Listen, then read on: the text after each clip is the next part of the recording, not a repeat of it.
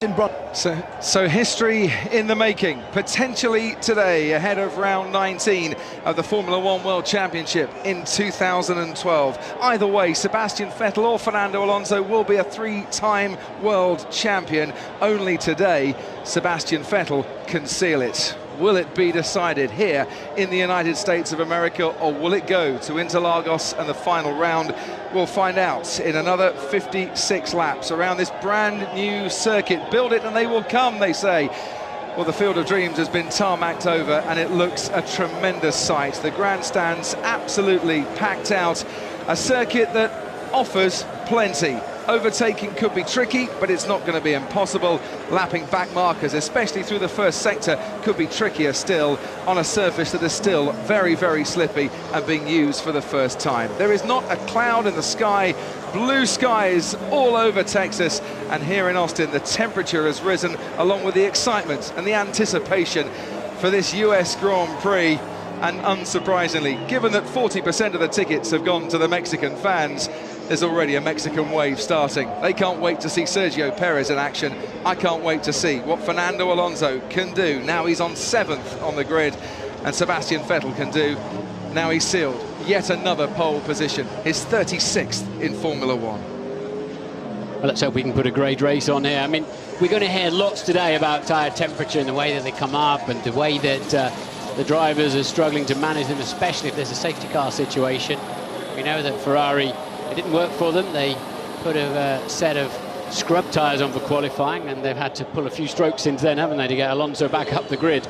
And so he starts on a set of tyres there on that Ferrari. They've had two heat cycles as such. You must start on the tyres you did the fastest lap on. But let's see what he can do up into turn one. Vettel, I thought, seemed remarkably relaxed on the grid with everything. Lewis is out there just enjoying himself, isn't he? Mark Webber with the best view in the house probably of that particular fight into the first corner. Michael Schumacher did a tremendous job. Looking forward to seeing how he does in the race from 5th on the grid. 2 rows directly behind this man, Sebastian Vettel. And then it's really about Alonso's progress, isn't it? And when will they make their pit stops, Crofty? That's the really difficult thing this afternoon. They've got to stop once in a dry race, guaranteed, of course, to change to the other type of tyre. They'll need some track space to feed back into, to get rid of the traffic. Traffic's going to be an issue because some of these cars are so slow through the middle part of the lap. It could be and should be a one-stop race, but there are plenty of different strategic variations out there. Vettel and Hamilton on the front row for the 10th time this season. Martin mentioned Michael Schumacher and his tremendous job in qualifying. Hulkenberg unlucky really to lose out and now start on the dirty side because of Ferrari's decision to give that man Felipe Massa a 5-place grid penalty. It puts Massa and Alonso on the clean side. What can they do from 7th and 11th? Don't expect much, says Sergio Perez from down in 15th spot in the Sauber. Already a weekend of celebrations for Marussia, out qualifying the HRTs and the Caterhams for the first time ever, with both drivers ahead then of Petrov and Kovalainen, De La Rosa and Carter Kane, and Petrov for the 4th time in 6 races, out qualifying his teammate.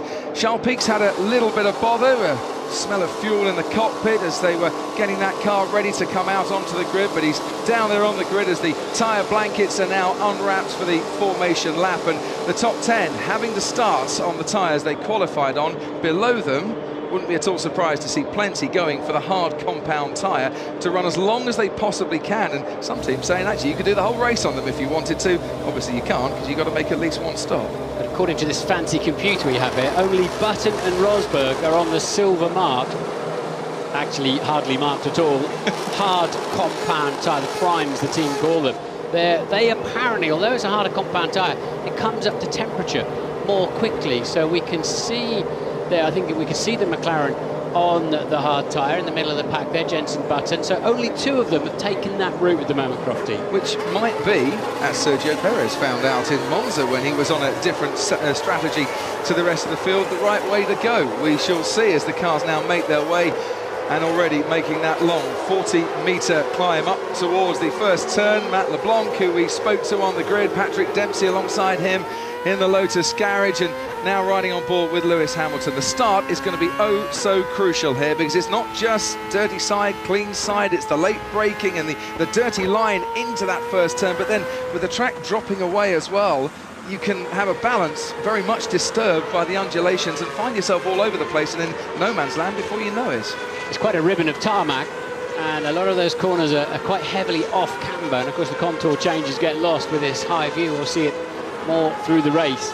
I think the drivers are loving the challenge of trying to master that series of corners. It's a little bit like out the first section in Suzuka, isn't it, out the back of there. Okay, we know that everybody is on options apart from Button and Rosberg.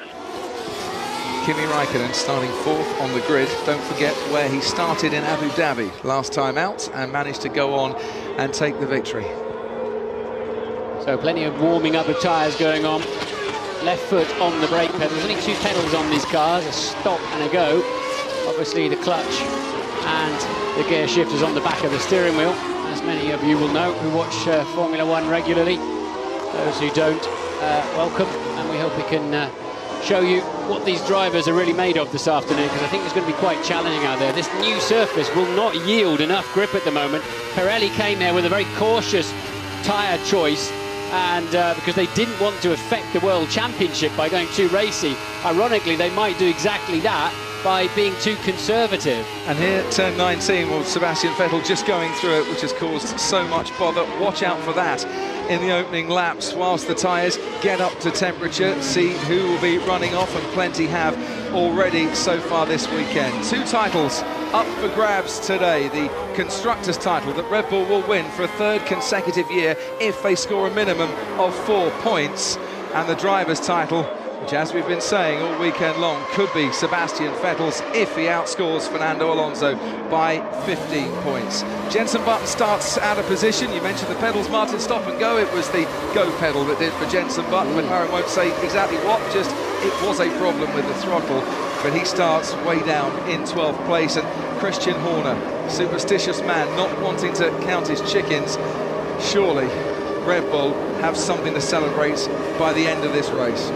Look how they're all going down the right-hand side, the cleaner side of the track, before they pull over to their left-hand side of the grid slot, if they're on that side, as late as they can get away with. You have to be very careful when you're doing that. You don't miss your grid slot. But these things have got pathetic steering locked on them. We've had 5 title deciders in the United States of America in the past. Are we on now for a 6th? As Adrian Newey watches on from the garage, and the 24 drivers on the grid look up to the lights. Everyone trying to get the best vantage point possible for what could be an historic US Grand Prix. It's 5 lights, and away we go, and Sebastian Vettel gets a decent start. Mark Webber already alongside Lewis Hamilton, and Michael Schumacher up into 4th place, and now they stream into that first turn. Sebastian Vettel stays out ahead. Lewis Hamilton has lost a place to Mark Webber. Fernando Alonso is up to 4th place. Nico Hülkenberg challenging Kimi Raikkonen now. It goes off the track, and he might have just got a bit of a puncture. We shall see. Cars going all over the place, but right out in front, it's Sebastian Vettel with the start that he had to make. So Ferrari will take huge amount of stick for the trick they played to get Alonso up the field, but it's worked beautifully. He's up into 4th place. A great start, and then around the outside of turn 1, and you have to say it didn't look that bad after all we heard on the left-hand side. It wasn't great, but it didn't look that bad. Lewis Hamilton lost the place, though. There were fears that the clean side of the grid would give you a 1-place advantage at the start, and Mark Webber has taken full advantage. It's Red Bull 1 and 2. Into the headwind they go. That's one of the Saubers on Jenson Button. Kamui Kobayashi as we ride on board with Fernando Alonso chasing Lewis Hamilton down towards turn 12. And Button's right back in 16th place. He's had an awful first lap, but dream ticket then, because in 4th place, Fernando Alonso keeps the championship alive. Long way to go yet, but that would keep the championship alive, whatever Sebastian Vettel could achieve. And I've had a look at the weather forecast for Sao Paulo. It might rain next Sunday as well. You never know what might happen. Let's ride on board now with Sergio Perez down in 11th place, but not for long as he squeezes up past Bruno Senna, and they're past Maldonado right behind his teammate after Senna made the better start on this opening lap. Through turn 16, 17 and 18 they go. Meanwhile, through turn 20, here comes Sebastian Vettel to complete the first lap, 7/10 ahead of his teammate Mark Webber, with Hamilton in third, Alonso in fourth, Schumacher fifth, Hulkenberg sixth, and then Raikkonen seventh, who lost places at the start, Grosjean eighth, De Resta up to ninth. Here comes Nico Hulkenberg on Michael Schumacher into turn one, makes the pass, but Schumacher, can he get a better traction as they plunge downhill now? It wasn't bad for the Mercedes, but Hulkenberg was just too far away, so Schumacher now down into sixth place, and Felipe Massa in 10th, completing the point scoring positions at the moment. So the young German then comfortably passes the master up into turn one. Schumacher's got quite a queue behind him. He was already 2.7 seconds behind Alonso in front of him at the end of the first lap. That's an important move for Hulkenberg. Meanwhile, Hamilton fastest man in the first sector, and it looked Alonso was already a second behind him.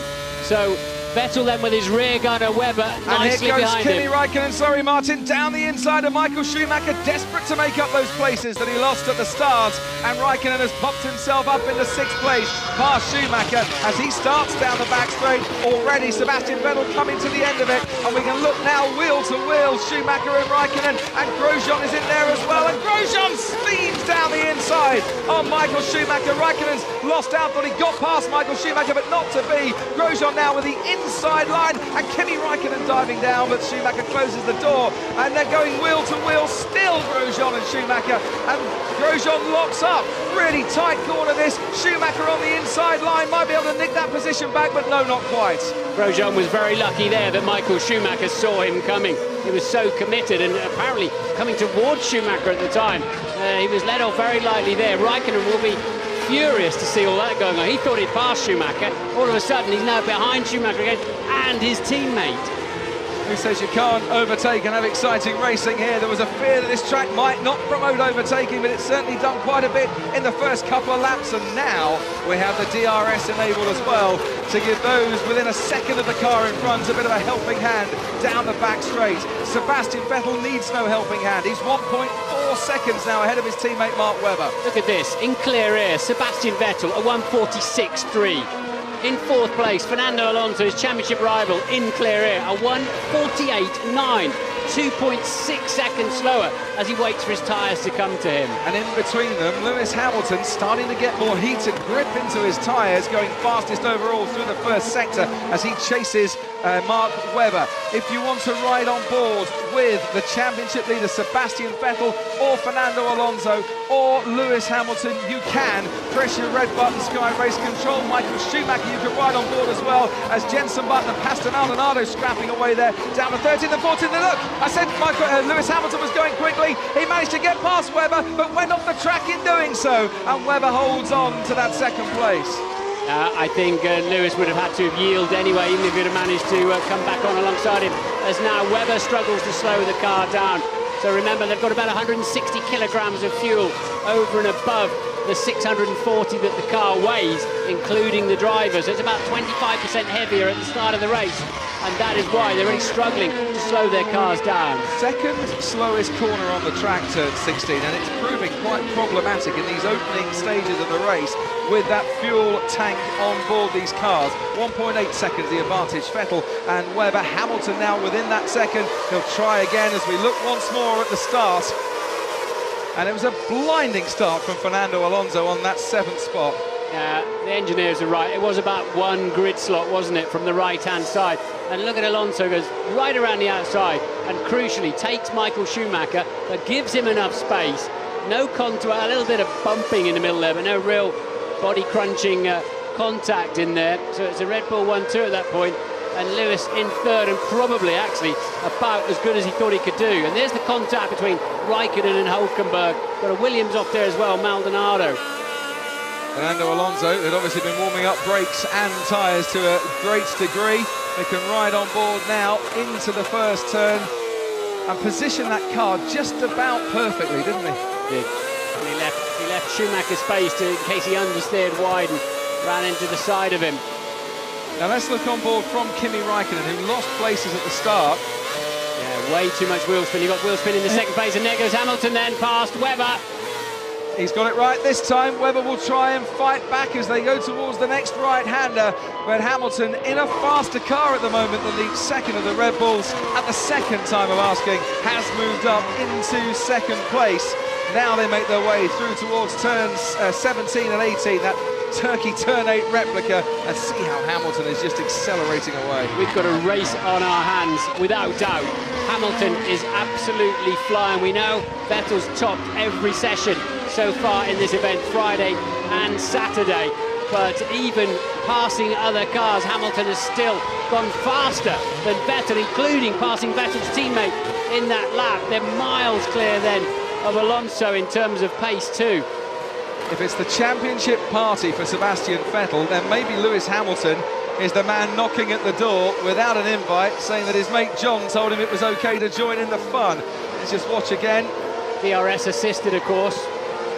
We know that Red Bull was slowest in the speed traps down that back straight. They insist that that's the best way for them to go racing. But in wheel-to-wheel combat, they're in absolutely they have no strength. Fantastic job, Lewis. Gap to Vettel, 2.5 seconds. We catch him.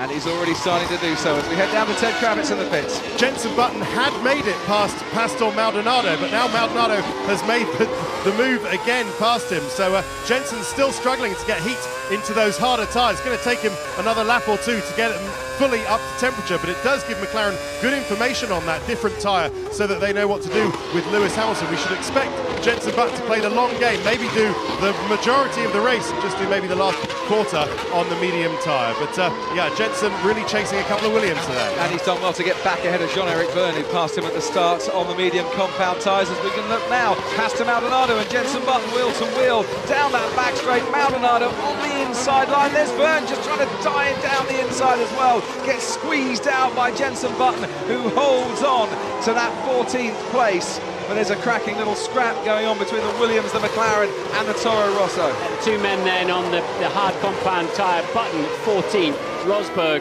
16th. Of course, they started reasonably well back anyway, but it doesn't appear to be giving them an advantage right now. You can catch Sebastian Vettel was the message to Lewis Hamilton. Vettel's just set a lap that is about 0.2 faster than Lewis Hamilton as he just opens up that advantage, 2.7 seconds out in front. We're watching now Jenson Button crossing the line to complete lap 5. Button down in 14th place, back to Hülkenberg and Grosjean. There's a scrap for 5th and 6th at the moment. Grosjean managing to keep his nose clean and, more importantly, nose on in the opening laps and make up positions as well. In any spun that around, the back end stepped out on him. And while that was going on, Jenson Button passed to Maldonado, part 5. Got the inside line, but it's very dirty under braking into that first turn. I think the hill helps a touch. Yeah, the hill always helps you brake that much later then. Like there, Grosjean, but he's gone too deep. And Hülkenberg says thank you very much. That's the replay that we were seeing from just before. We saw them coming down the hill and going up it.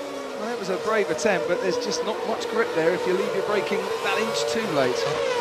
I think when you do a move like that, you have to commit to it. If you do it half-heartedly, it's like a hospital pass, I think they call it in rugby, and you're going to be in trouble. Ricciardo now ahead of his teammate Jean-Eric Vergne and has moved up into 15th place. Bruno Senna right behind Sergio Perez. That's a battle for 11th and 12th. Felipe Massa right in the thick of that as well, behind Michael Schumacher as Vettel sets another fastest lap of the race, and Lewis Hamilton responds, and the gap down to 2.6 seconds. And who's this? A spinning Lotus for Romain Grosjean. Yeah, it is Grosjean. And it's turn 19, first to be caught out at turn 19, and he's going to be passed by Massa, who's ahead of Michael Schumacher, and Schumacher gets ahead of Grosjean as well. Grosjean did all the hard work, took the risks, and let's see, I mean, I don't think he'd been trying to pass down there into turn 19, and it's cost himself a lot of track space there and put himself right in a scrap. And he's lost another place as well here. Sergio Perez swoops past him. Bruno Senna, who almost ran into the back of Perez, now almost runs into the back of Grosjean as well, as we can see this snake of cars winding their way through the S's section. What a procession that is. It's like an old wagon train from the Wild West days. It's fabulous. As they snake their way up the hill. So they're 44 seconds ahead of the last man, Karthikeyan, at the moment. That's in 6 laps. So it's only going to be another 6 or 7 laps when the leaders start lapping the field. Yeah, the estimate was about 13 laps before the back markers start getting lapped. And if you're behind Karthikeyan going through the S's, well, you're going to struggle to get past him. As Senna, no struggle whatsoever. DRS assisted, manages to get past Romain Grosjean, who sadly for him is going backwards quicker than he's going forwards at the moment. Maldonado and Button now right on his tail. Look how Massa is starting to open up a gap on Perez and Schumacher. And just behind Maldonado, Ricciardo getting interested in the Toro Rosso, tries to dive down the inside of the right-hander. Out in front, 2.2 seconds, as you can see the gap between Vettel and Hamilton. Round the outside, through to turn 17 we go, Ricciardo and Maldonado. Full marks for effort, Ricciardo here, all over the gearbox of the Williams. Button having a look at the inside of Grosjean into the final turn. Be better getting a run down the pit straight, and that's what he's doing. But look at the lap time Hamilton's just done. And Lewis, this is excellent, fastest lap of the race so far. Thank you. Meanwhile, here comes Jenson Button and Romain Grosjean. Down the inside goes Button, makes the apex, makes the move, and Grosjean's lost another place there. So in the space of 1 lap, he's gone backwards by about 5 or 6 places, has Grosjean. Yeah, he was 5th, wasn't he, fighting with Hulkenberg. He's now down in 13. And this is what caused it all, turn 19. Oh, on the downshift. On the downshift. We've seen a lot of errors at turn 19, but not often as early into the corner as that. Oh, he was lucky to get out of there, actually. He was facing the wrong way before he even arrived at the apex. And this is the move that we saw, Jenson Button on Romain Grosjean into that first turn, which is a great spot if you're coming to Austin to see a race, to watch an awful lot of action. Shows you how little grip there is out there for an F1 car to spin off with, you know, they're harvesting curves, and it's quite complex as to how the braking systems work, depends where you are on the lap and your curves usage, etc. But still, to see one fly off the road backwards just because he's braked and downshifted is quite unusual, unless it's in the rain, and of course that is probably about the sort of grip they're feeling out there right now.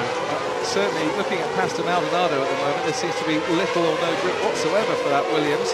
Started 9th Maldonado, very soon he's going to be down at about 15th place. While all this is happening, Lewis Hamilton is gaining ever so slightly on Sebastian Vettel, 2.1 seconds the gap right out in front. Mark Webber and Fernando Alonso holding 3rd and 4th. Alonso currently 8.8 seconds behind the race leader, Nico Hulkenberg, in a race of his own in 5th place at the moment, but Kimi Raikkonen catching him and might soon be within DRS range as well. As here goes Daniel Ricciardo into turn 1.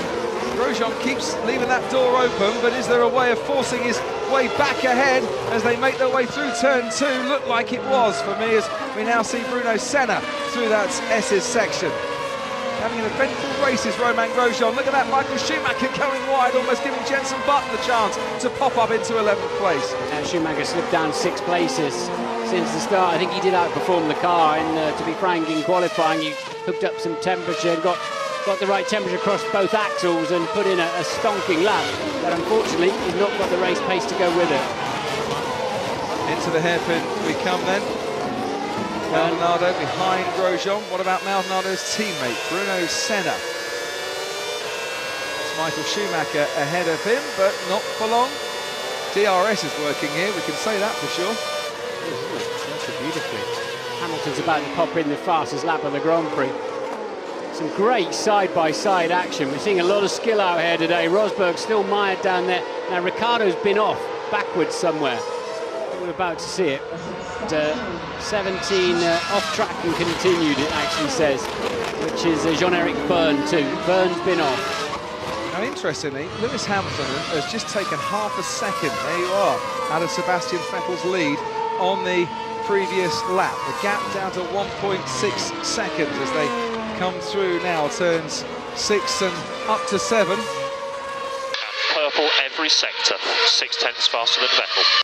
He is on a charge, is Lewis Hamilton, the man that was leading comfortably in Singapore until his gearbox went, and Sebastian Vettel took over the race lead and then went on to a monumental run that has given him this championship lead of 10 points going into this race. While all that's going on, Romain Grosjean has come into the pits, maybe for a bit of respite. He's had a very busy afternoon so far, and Jenson Button and Michael Schumacher down the main straight just a few moments ago. Button gaining all the time. Now those hard compound tyres are up to temperature. They seem to be a very good tyre to be on. Schumacher gives him just enough space, but only just enough space. Schumacher sweep going on there. He's still got that in his armoury. There we go. Jenson nearly into the next state there. He didn't lift. And a little love tap on the way through saying, "You old rascal, you, goodbye." Good to see. Yep, Schumacher fighting with everything he could, and Jenson Button winning that particular duel on this occasion. And we go back on board now with Kimi Räikkönen, who has Nico Hülkenberg for company, just half a second behind him at the end of the last lap. Through turn 19, gains ever closer. Just, you can almost feel the tension in the driver's body as they go through turn 19, and the car is just not planted in the way that they would once. Ted, down to you. Never mind the tension there. The tension down here at Red Bull is really palpable. I mean, he's gone from the gap from Vettel to Hamilton, has gone from 2.3, now down to 1.6, now down to 1.5. Christian Horner's foot isn't jiggling yet, but Lewis Hamilton has really got the bit between his teeth, so they're going to have to manage this very carefully. Obviously, they don't want Vettel to overstress the car because they do need him to finish. That's paramount. As for the other championship contender, Fernando Alonso, he does seem to be quicker than Mark Webber ahead of him now, consistently, a couple of tenths quicker per lap. But the gap is coming down slowly, though. Webber done a good job of building it up, though, to about 3 seconds. Yeah, and that will make Red Bull even more nervous. So they've got Hamilton catching Vettel. He's half a second away now from the DRS zone. And Alonso finally turning faster laps than Webber too.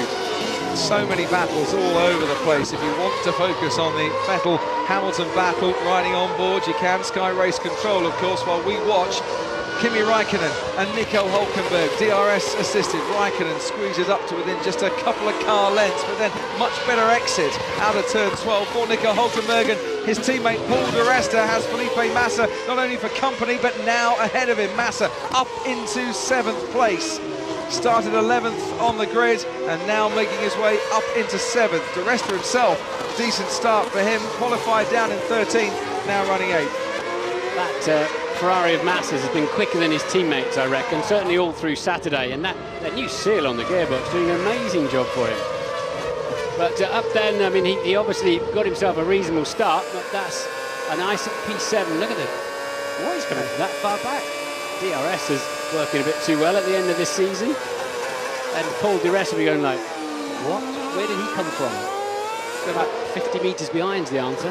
Right, it makes you wonder where Ferrari could have been in qualifying had they, like everyone else in Q3, used a brand new set of tyres rather than a scrub set that they'd used in P3.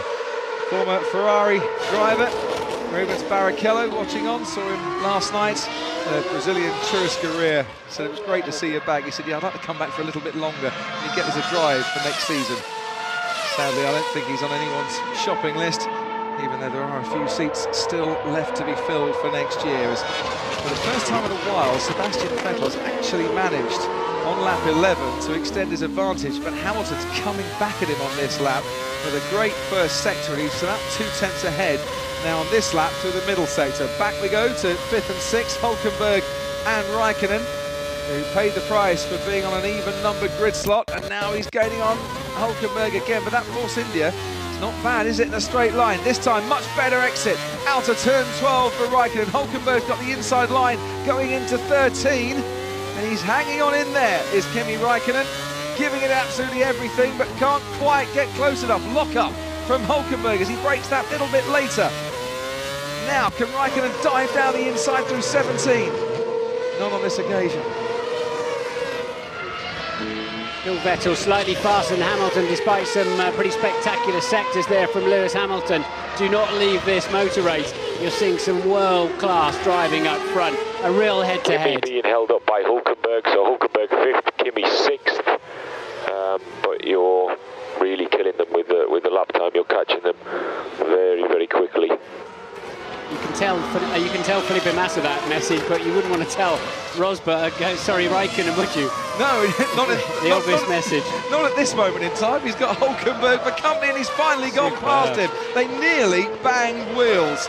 It was like rotting stags without the contact, and Raikkonen makes his way up past Hulkenberg and into fifth.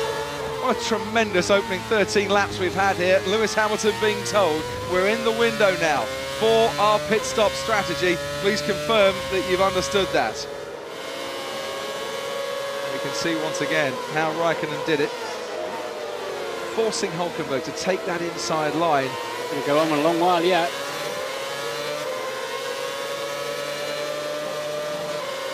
The belief that you know the car will stick, will hold on to the racetrack around the outside there. Tremendous move there. Jenson Button does the fastest first sector of anybody by some margin, actually. Now that's interesting. Maybe those hard compound tyres are coming to life. Oh, it's a very good point, and we've been told by some of the teams you can run these hard tyres for as long as you want, so maybe an early pit stop could be the way to go here. Maldonado and Schumacher. 13th place up for grabs for Maldonado, who has made the next turn ahead of the 7-time world champion, and he's starting to find a bit more pace as well. That Hulkenberg and Raikkonen move, by the way, carried out at about 155 miles an hour down that slope and through the right-hander. Just superb. That's the thing that's impressed me most about Kimi this year, is he had 2 years away hitting trees in a rally car, but his racecraft has been superb from the word go, and he's the only man in this field that's completed every Grand Prix lap this season so far. Kobayashi pits. So Kobayashi for Sauber coming in for the second pit stop of this race so far. Back on board and on the track now with Bruno Senna. Down in 10th place at the moment, with Jenson Button catching him from behind. And Ted, the strategy guys now starting to come into their own. What can they turn around from this situation? Well, not so much so far, because we haven't entered the pit stop windows. I mean, the window's open for us. Oh, big safety, big lock up there, David. From Lewis Hamilton, from the Red Bull. Sorry, Sebastian Vettel. I was actually just looking at something else at the time. Apologies, Ted. Apologies, I'll continue. Big lock-up, yeah. So Sebastian Vettel being pushed very hard there by Lewis Hamilton. But lap 20 to 35, we're expecting them in for their stop. So the window is open if there was a safety car right now. But the one to watch is really Jenson Button. He's really starting to get into his stride on those hard tyres. And he's going much longer than all of the people in front of him. You need 19 seconds to make the stop. Yellow G3, use overtake button. Mark, you were talking to me during the DRS zone. I didn't even know I had it. So obviously that's a recorded message, and it would have been played out to Lewis Hamilton earlier on in the lap, the DRS zone on the straight. Yeah, and I think they're also giving him permission to use maximum revs as well. So the gap was 1.2. The DRS detection zone is quite a long way before T11. I think it's that white line across there, and we're looking at. And he's gone in deep as well. Vettel looking rattled. Well, he obviously doesn't need to win this race, but with Fernando Alonso lurking around in 4th place and the threat of rain in Sao Paulo in a week's time, 25 precious points, very much what Red Bull are after here. But Lewis Hamilton has gained appreciably on this lap through the middle sector. Traditionally, this weekend, the final sector has been very much Sebastian Vettel's domain, but 0.2 of a second in the second sector, 0.3 of a second in the first sector. Hamilton has closed the gap so far in this particular lap. And look at this, top speeds. Sebastian Vettel, 296 kilometers per hour. Lewis Hamilton, 313 kilometers per hour. Here's the thing, Jean-Eric Vergne, for the second time this weekend, has that Toro Rosso parked in the gravel, and this is the reason why. Into turn 12 we go. Is there contact with Michael Schumacher? He's gone off and he's gone wide. And in trying to get back onto the track again, happened here? Nico Rosberg swoops around the outside of Jean-Eric Vergne, so he's been tag teamed by both Mercedes and now down, I think, pulls over. But the key here is, Martin, both times... right front, it says, steering up. both times we've seen cars go off this weekend and park their car, it's taken a long time to get them moved. Wasn't it Jean-Eric Vergne, as Massa then makes his move on Hulkenberg? Wasn't it Jean-Eric Vergne that had the steering failure in practice as well? He was the first, and he's still there, still stopped. Jean-Eric Vergne in the infield, as it were. So the yellow flag's being waved, but how long before we potentially need a safety car whilst they bring the tractor in to move it? There goes the DRS. Look at these straight line speed differences now. If Hamilton gets anywhere near the back of that Red Bull, he'll breeze past down the back straight. But now he's in the turbulent air, of course. All of the air that passes over those hundreds of little aero pieces is turbulent when it arrives on the front of that McLaren. And you can tell, you turn in and the front just slides across the road. The back doesn't stick as well. You can't brake quite as late. It's immensely frustrating, especially as you can't see the thing that's giving you all the pain. You can feel it though, can't you? You certainly can. So Hamilton within that DRS zone, and that's exactly where Jean-Eric Vergne's car is, at turn 7. That's why we've got the yellow flag situation. So no overtaking around that particular sector. Hamilton's got nothing to lose. He just wants to win his last 2 races with McLaren. Vettel's got everything to lose if they end up wheel to wheel. And he's now a second ahead on the timing screens at the end of lap 16 is Sebastian Vettel. Sei il più veloce dei primi 4, Hamilton in zona DRS per Vettel. So Alonso down in 4th place, Hamilton within the DRS zone of Sebastian Vettel. And Alonso has been slowly but surely gaining on Mark Webber, and took quite a big chunk, as you can see on lap 16, out of Webber's advantage. Vergne's car has been cleared away, so no safety car on this particular stage of the race. Down to you, Ted. Yeah, but with the Webber and Alonso battle, they both took pain having to slow down for the yellow flag, which is now cleared. Alonso, Ted. 3 clicks rearwards. Kers has failed. Not again. Another Kers failure, Ted, for Mark Webber. And that is going to mess up the rest of his race, because as we saw a couple of races ago, it just completely destroys the brake balance. Okay, I'll go to Red Bull and find out if it's a recoverable failure. Doesn't seem like it tends to be when it's happened before, but that will really do for Mark Webber's chances. Expect him to be swallowed up by Alonso. I wondered why Webber had done the 46 rather than Alonso's 44, that's why. And there we go. And he's pulled out. I was just about to say it's worth about 0.4 of a second a lap, Kers here, but for Mark Webber, a failure seems to be terminal. And Red Bull here to take potentially 2 World Championships this weekend. No longer have 2 cars on the track. Mark Webber is out of this race, and Fernando Alonso goes up into the podium places.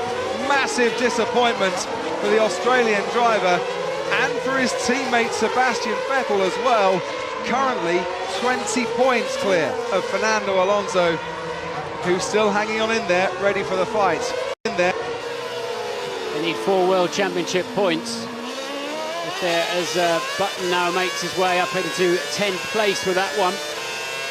But they've lost a car. Alonso is coming back, straight back at him. That Williams is mighty fast in a straight line. We would have had DRS, I assume, to help him. He shouldn't have done, should he? Because he was into the corner first. But it detects to the detection zones before that corner. Yeah, but the detection zone might carry on around that corner as well. That's the thing. It's where that detection zone. It's on the line. It's on the line. Okay. Yeah. And then you get access on the way out. Okay, that puts you in P5. We're currently P5. Keep going like this, mate. We'll get on the podium. Come on. Keep pushing. No chance for Mark Webber to keep pushing. His run of 59 races without a mechanical failure is over. Last time he was out because of a mechanical failure when his brakes failed, 2009 in Singapore. Lewis is having a very poor middle sector, lost 7/10 there. But, Fernando Alonso, you know, he's always so convinced this is all going to play out like this, isn't he? And here it is again. It's proper self-belief. we all looked a bit puzzled when he was saying last night, no, I can still do this, I can still be the champion, but he's an experienced racing driver. This is 195th Grand Prix, so he's probably seen it all happen and more. What makes Red Bull very nervous on the pit wall and everywhere is, of course, Vettel's car is the same as Webber's car. Yeah. I think there were some KERS differences last time out, but I understand they're identical. So if one car can fail, they know all too well that so can the other. We've had the water leak already this weekend for him as well. Felipe Massa now coming to life. Well, and Kimi Räikkönen, and the man that seems to be losing in this particular stage of the race is Lewis Hamilton, who's had a very poor last lap, managed to claw a couple of tenths back on Sebastian Vettel in the first sector of this lap. And you wonder what's happened to that McLaren as well. Is that a side of his tyres just losing their life a little bit? I wonder what's happening here, Crofty. They really pushed super hard, didn't they? It was head-to-head. I wonder if they've just overcooked the tyres a little bit. They need to just let them come back because they're definitely not the two fastest cars on the track at the moment in that respect. But Alonso 43.8, 43.1 for Räikkönen, 42.9 for Massa. So they might just have overheated those tyres. And Romain Grosjean in the 142s at the moment on the hard compound tyre after his pit stop. Down to you, Ted. Yeah, where they're looking at Lewis Hamilton's tyre temperatures and wear quite carefully. They're saying there's nothing wrong with the car at the moment, but we've started seeing some left rear graining on some other cars. So let's keep, the McLaren will be keeping in touch with that. If you compare it to Romain Grosjean, who stopped on lap 10, and by the way, who has to do 46 laps. Fastest lap of the race, fastest lap of the race. You and Kimi are the quickest cars. You're absolutely flying. Come on, this is brilliant. But Grosjean's done the fastest lap of the race on a 42.4 on the hard tyre, so that's a good option to go on to at the moment. McLaren will be thinking about making a stop for Lewis. Thanks ever so much, Ted. Fernando Alonso pushing very hard indeed. And he just had this little moment at turn 19. Running wide, but not a huge penalty in doing so. Well, because they've all had so much practice out there, haven't they? They know they can just floor the throttle again and come back on. They've all been out there so many times in practice. So the situation after Lewis Hamilton gaining on Sebastian Vettel is now that Vettel's 3.2 seconds ahead. Alonso further 11.5 seconds down the road. Kimi Räikkönen gaining on Alonso, 6.5 seconds back. Felipe Massa gaining on Kimi Räikkönen, around about 5 seconds back on the winner in Abu Dhabi.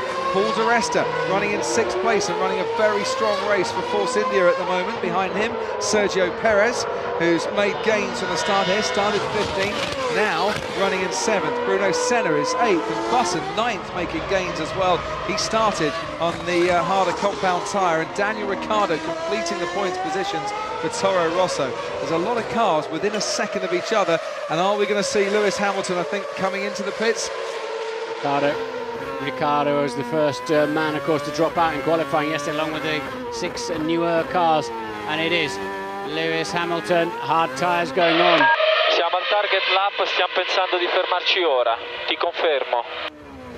They're telling Fernando Alonso what his target lap is for when he needs to come in for his pit stop, and that might be now for Fernando Alonso. It is, as Lewis Hamilton exits the pit lane. Fernando Alonso makes his first and could be only stop.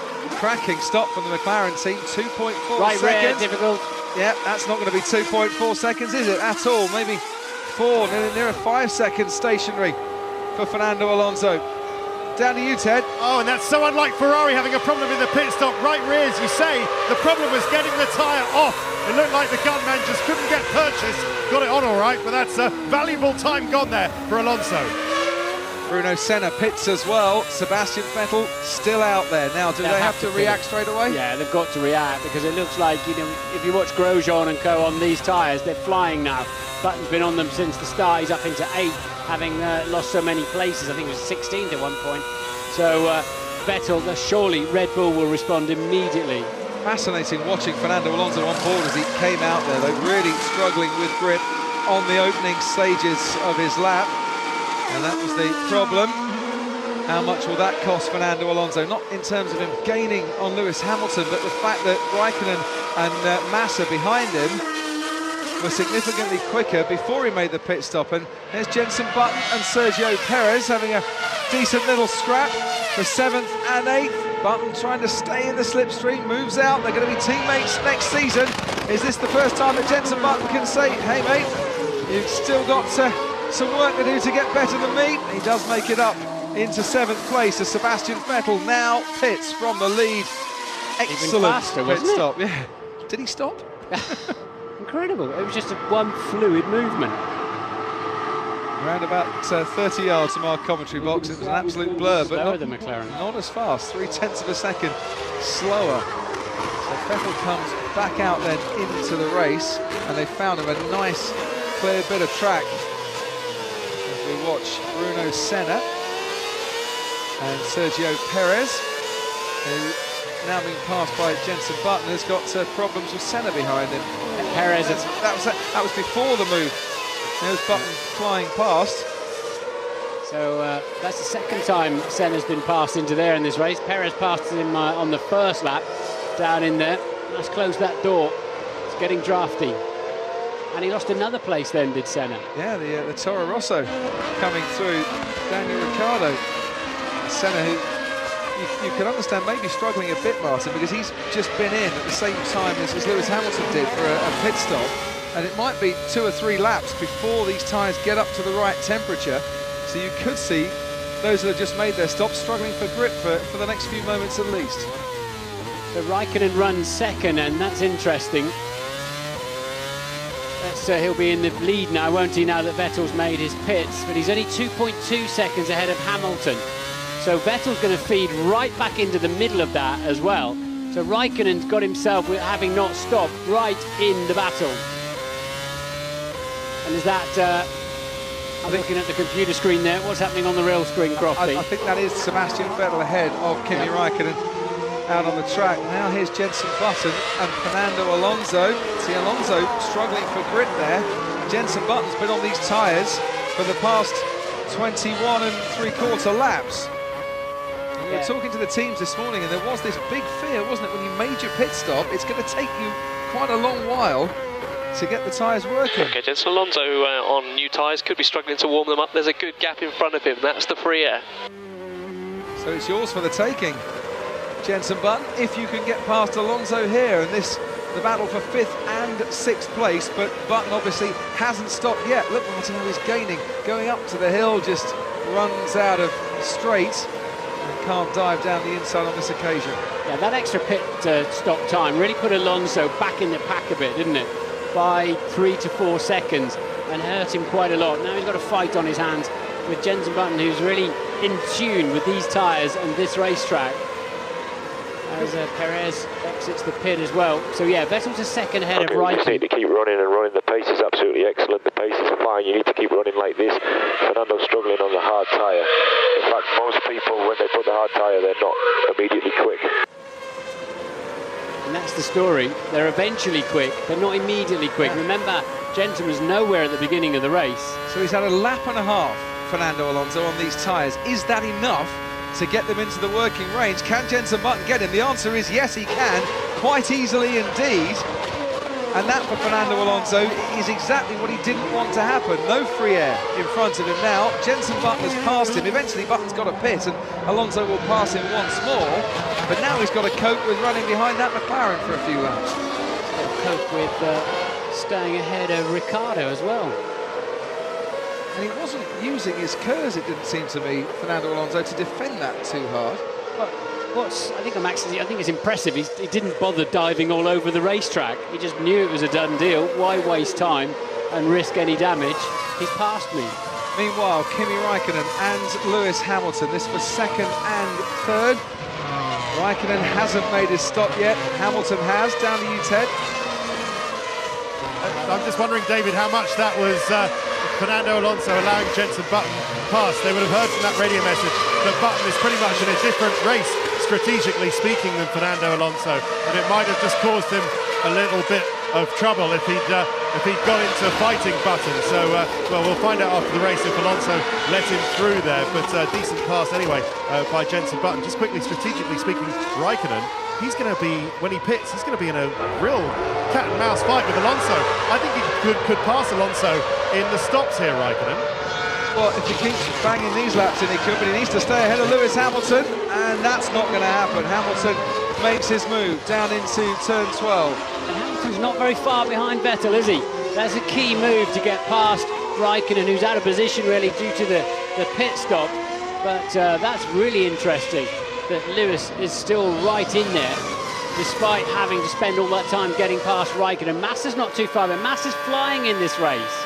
Hasn't made his pit stop yet, as we watch once again Lewis Hamilton reclaiming second place in this race. And those tyres he's been on for a lap longer than Sebastian Vettel. So this is now the next lap. He needs to take advantage of Vettel's struggles to get the temperature up. Raikkonen now pits from third. So Raikkonen was 20 seconds ahead of Alonso when they last passed the pits. So it's about 19 seconds for a decent stop, and that doesn't look like a decent stop. And that might just have allowed Alonso off the hook. Yep, 6.4 second stop for Kimi Raikkonen. Here comes Fernando Alonso. It's going to be tight going into that first turn, and off the hook by a fraction. Fernando Alonso down the hill and clear, and now Ricciardo all over the gearbox of Raikkonen. Sebastian Hamilton is back in P2. Hamilton back in P2. Yep, and Raikkonen trying to hold Ricciardo and not lose 2 places in the space of a quarter of a lap. But look at this, Jenson Button now setting the new fastest lap of this race. And you know, Felipe Massa might just be the man to leapfrog Fernando Alonso in these pit stops, the rate he's going. And they were... That's the wheel gun. What was the hold up there? No, they seem to be waiting for each other there, and it's cost him the chance to be in front of Fernando Alonso. And on the dirty side into turn 1, absolutely no grip. He wants to make a defence as well. And I said that Ricciardo was all over his gearbox, and Ricciardo with the Toro Rosso that hasn't made a stop yet is now ahead of Kimi Raikkonen on the track. Down to you, Ted. Yeah, David, I heard Kimi Raikkonen spluttering. It sounded like a sort of broken exhaust when he came into the pits. It was really rough sounding, so we thought it was a bad pit stop. It looked like they were... Great job, Lewis. 2 tenths faster than Vettel last lap. We get him. We thought a mistake in the pits had cost him, because without that, he would have easily, if it was a normal time stop, he would have easily passed Fernando Alonso. So I'm on my way down to Lotus to find out exactly what the problem is.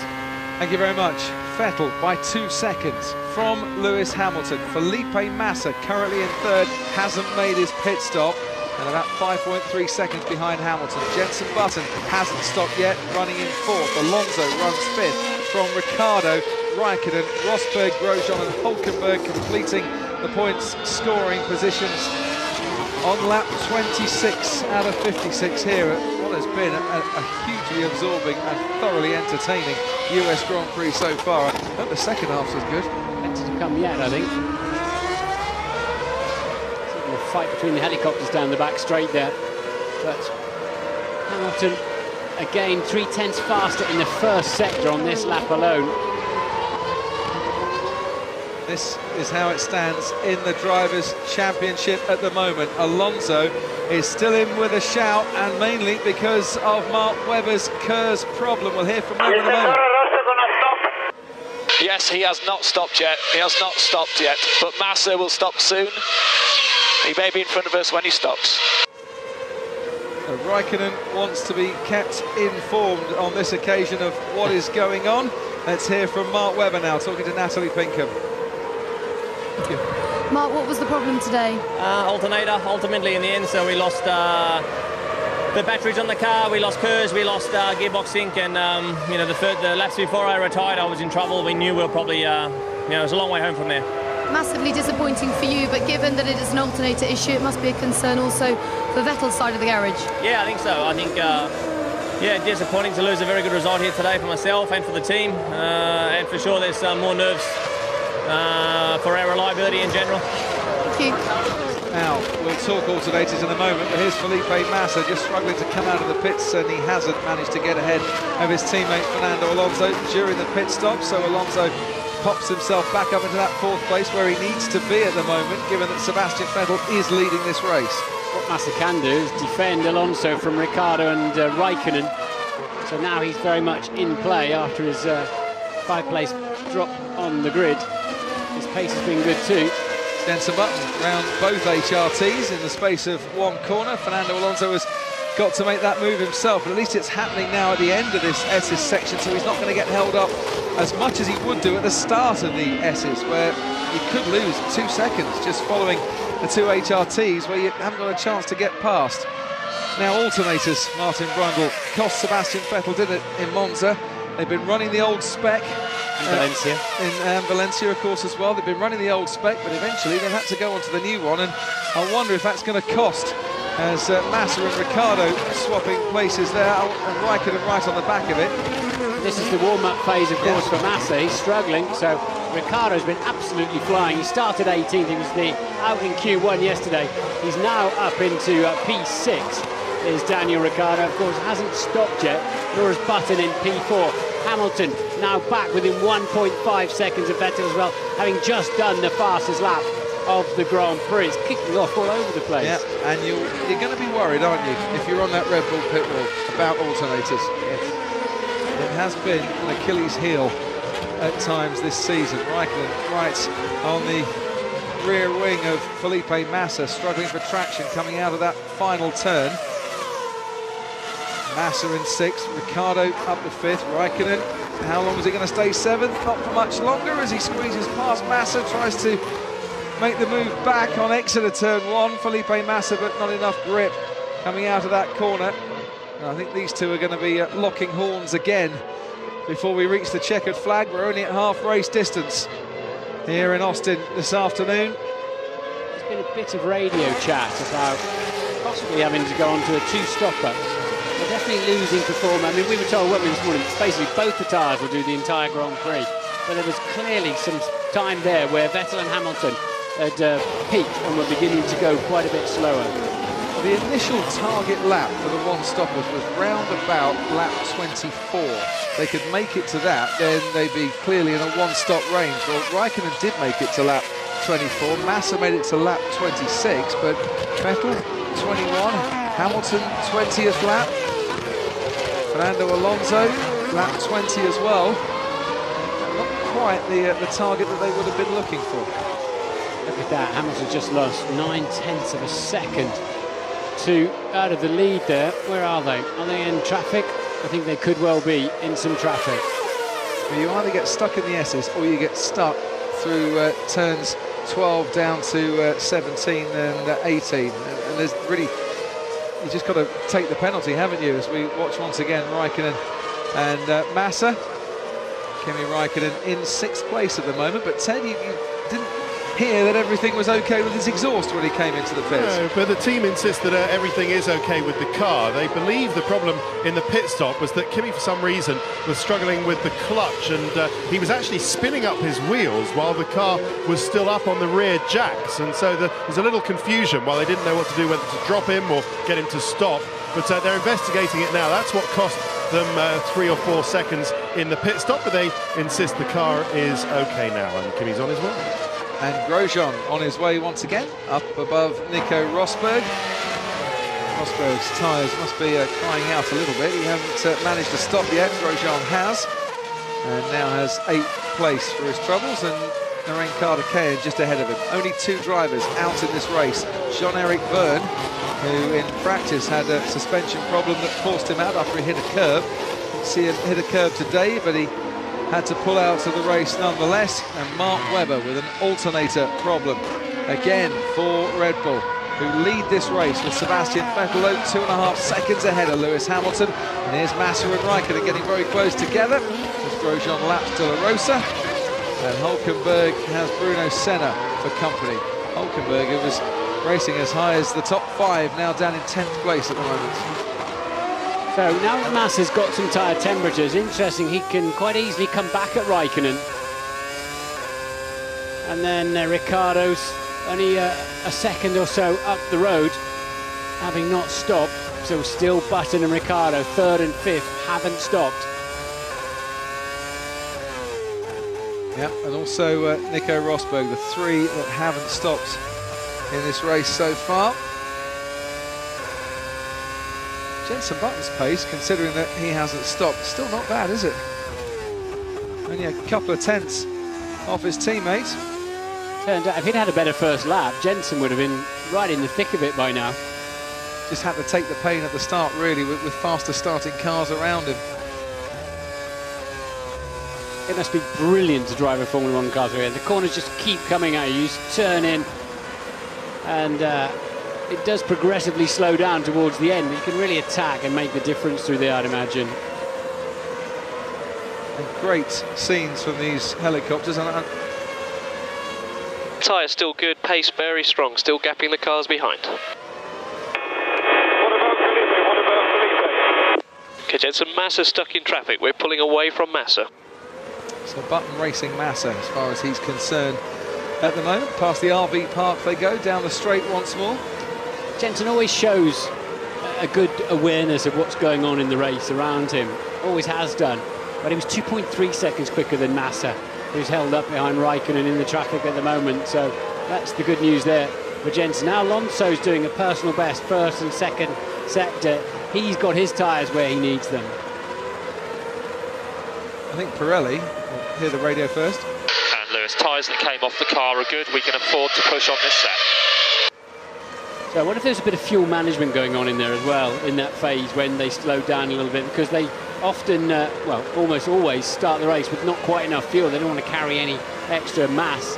And there might, if there's no safety car and if the pace is pretty much hot at the front, then they've got to save fuel at some point. He's now being told, right, take all the life out of your tyres. We've seen the set that came off, we've measured it, and there's more life in them than you think. Yep, Ricciardo pits there, so only 2 haven't stopped now. For every 10 kilos of fuel extra that you don't need in the car, you're going to be penalised about 0.4 of a second per lap. So that's why they do it as minimal as possible. Yeah, it's pretty much, most circuits are the same length, and it's pretty much 1/10 of a second per lap it costs you for a lap's worth of fuel.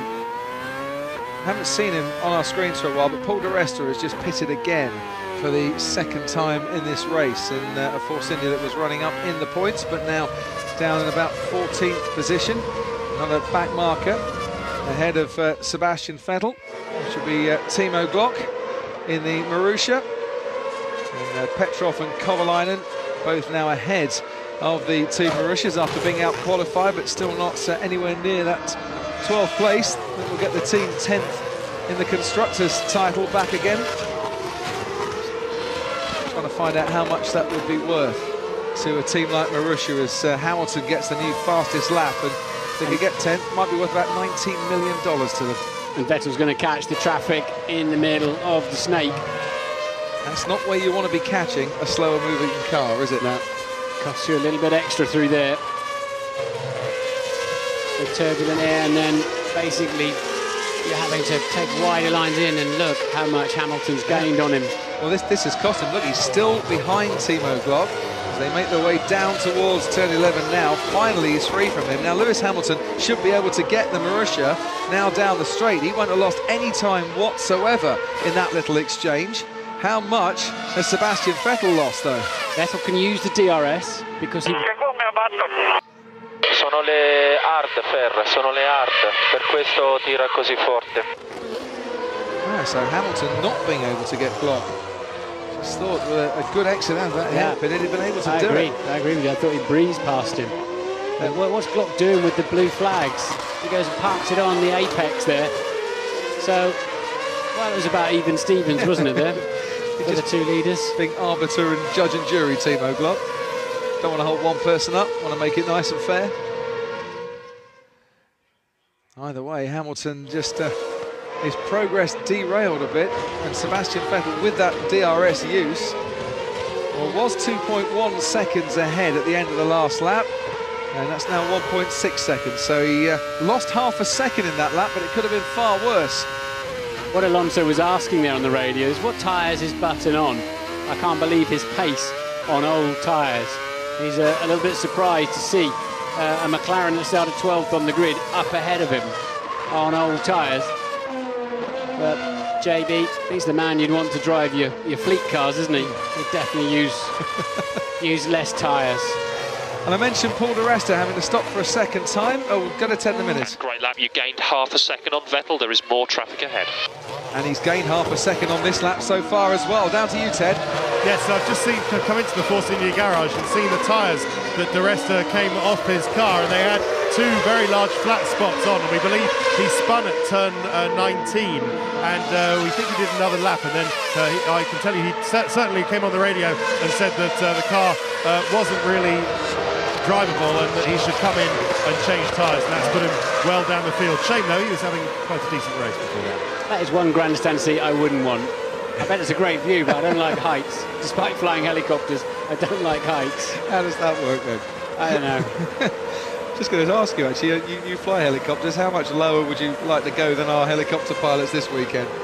It looks fun actually, doesn't it? Yeah. It looks like the avoid curve to me, where they shouldn't be at any times, but they've got a bit of forward speed, so they're all right. I've realised there's not two helicopters up there actually. One's that massively high tower. Been impressing me all week how close those helicopters have been flying. Idiot. Now this is impressive stuff at the moment. Lewis Hamilton on the charge. Gap was 1.6 seconds, now 1.2 seconds. 2 laps, 2 back markers, and Lewis Hamilton has got the gap almost to within DRS range once again.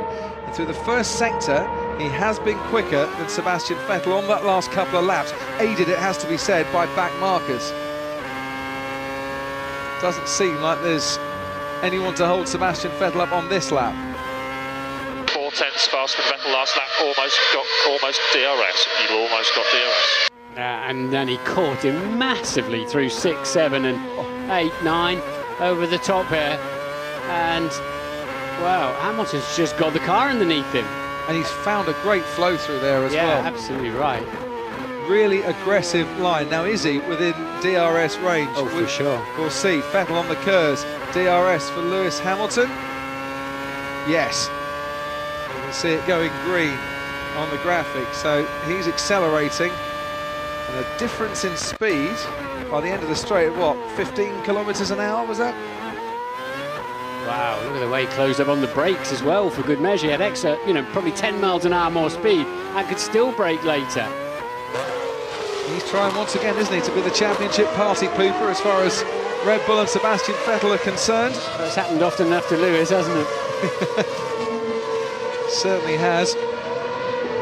Maybe we are going to go all the way down to a finale decider in Sao Paulo in a week's time. I can't believe Vettel will do anything other than yield if it comes to close combat. He cannot afford to trip over. But he's got to live to fight another day, hasn't he? He has, hasn't he? But he can't afford to give away 7 points either. See, we're looking at it from the rational perspective of the Sky commentary box here, Martin. When the visor's down, how rational and objective would you have been? He knows Lewis has got nothing to lose there. Well, he's not going to wipe his wheels off unnecessarily either, but, they both know the deal. And it plays into Lewis's hands massively, in my view, psychologically. Even though plenty of dirty, turbulent air filling Lewis Hamilton's visor and affecting the performance of his car. Brilliant lines through the S's. Gaining now within the DRS detection zone. And just a little bit unsteady coming out of turn 11. But now using KERS, using DRS to increase his speed once again. How much closer can he get to the Red Bull? The battle for the lead on lap 35 of this US Grand Prix, and Hamilton is gaining, and he is gaining, and he's just running out of straight. And he's within about 3 car lengths by the time they go through turn 12. You can ride on board with Lewis Hamilton and the backward-facing camera from the rear wing of Sebastian Vettel if you want to go to Sky Race Control and press your red button now. Can we do that?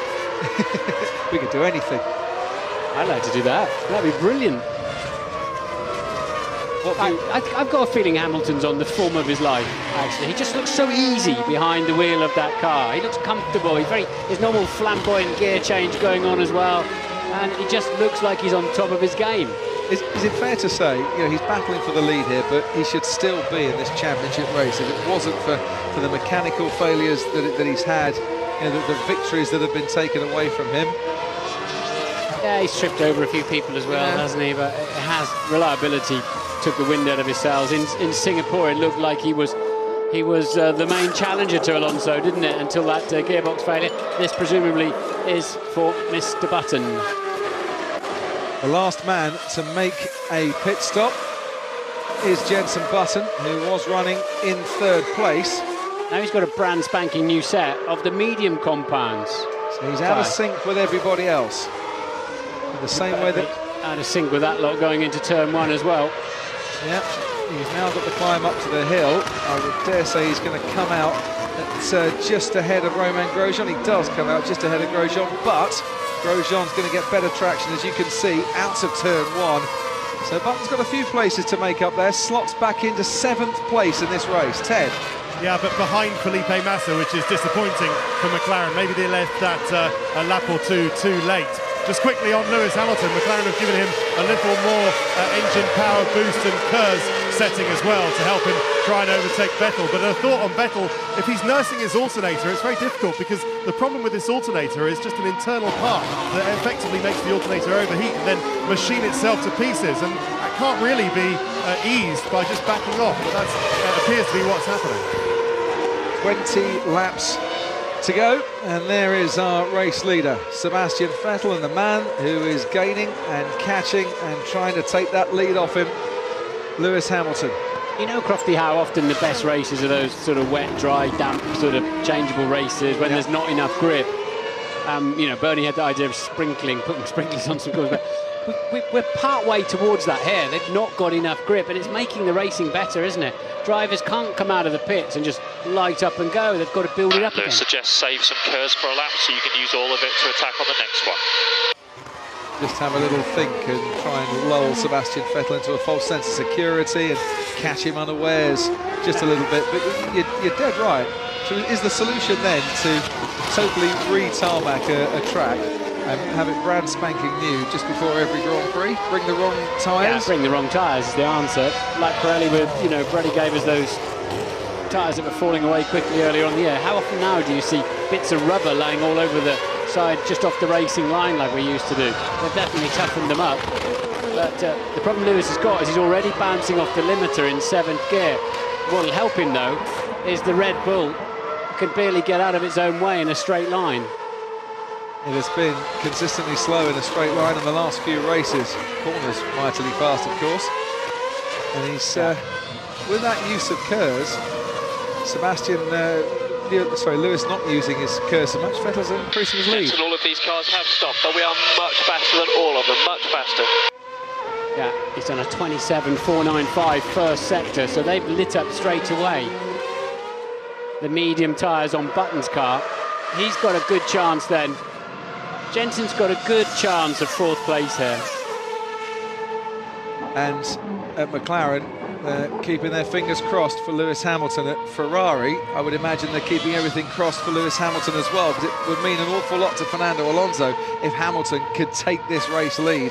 Hamilton back in the DRS zone again as they cross the line. Of course, it's measured right at the far end of the circuit. He's got so much more speed through that section. Slightly different line as well. Found a great rhythm out there this afternoon. Packed grandstands all over this 900-acre site.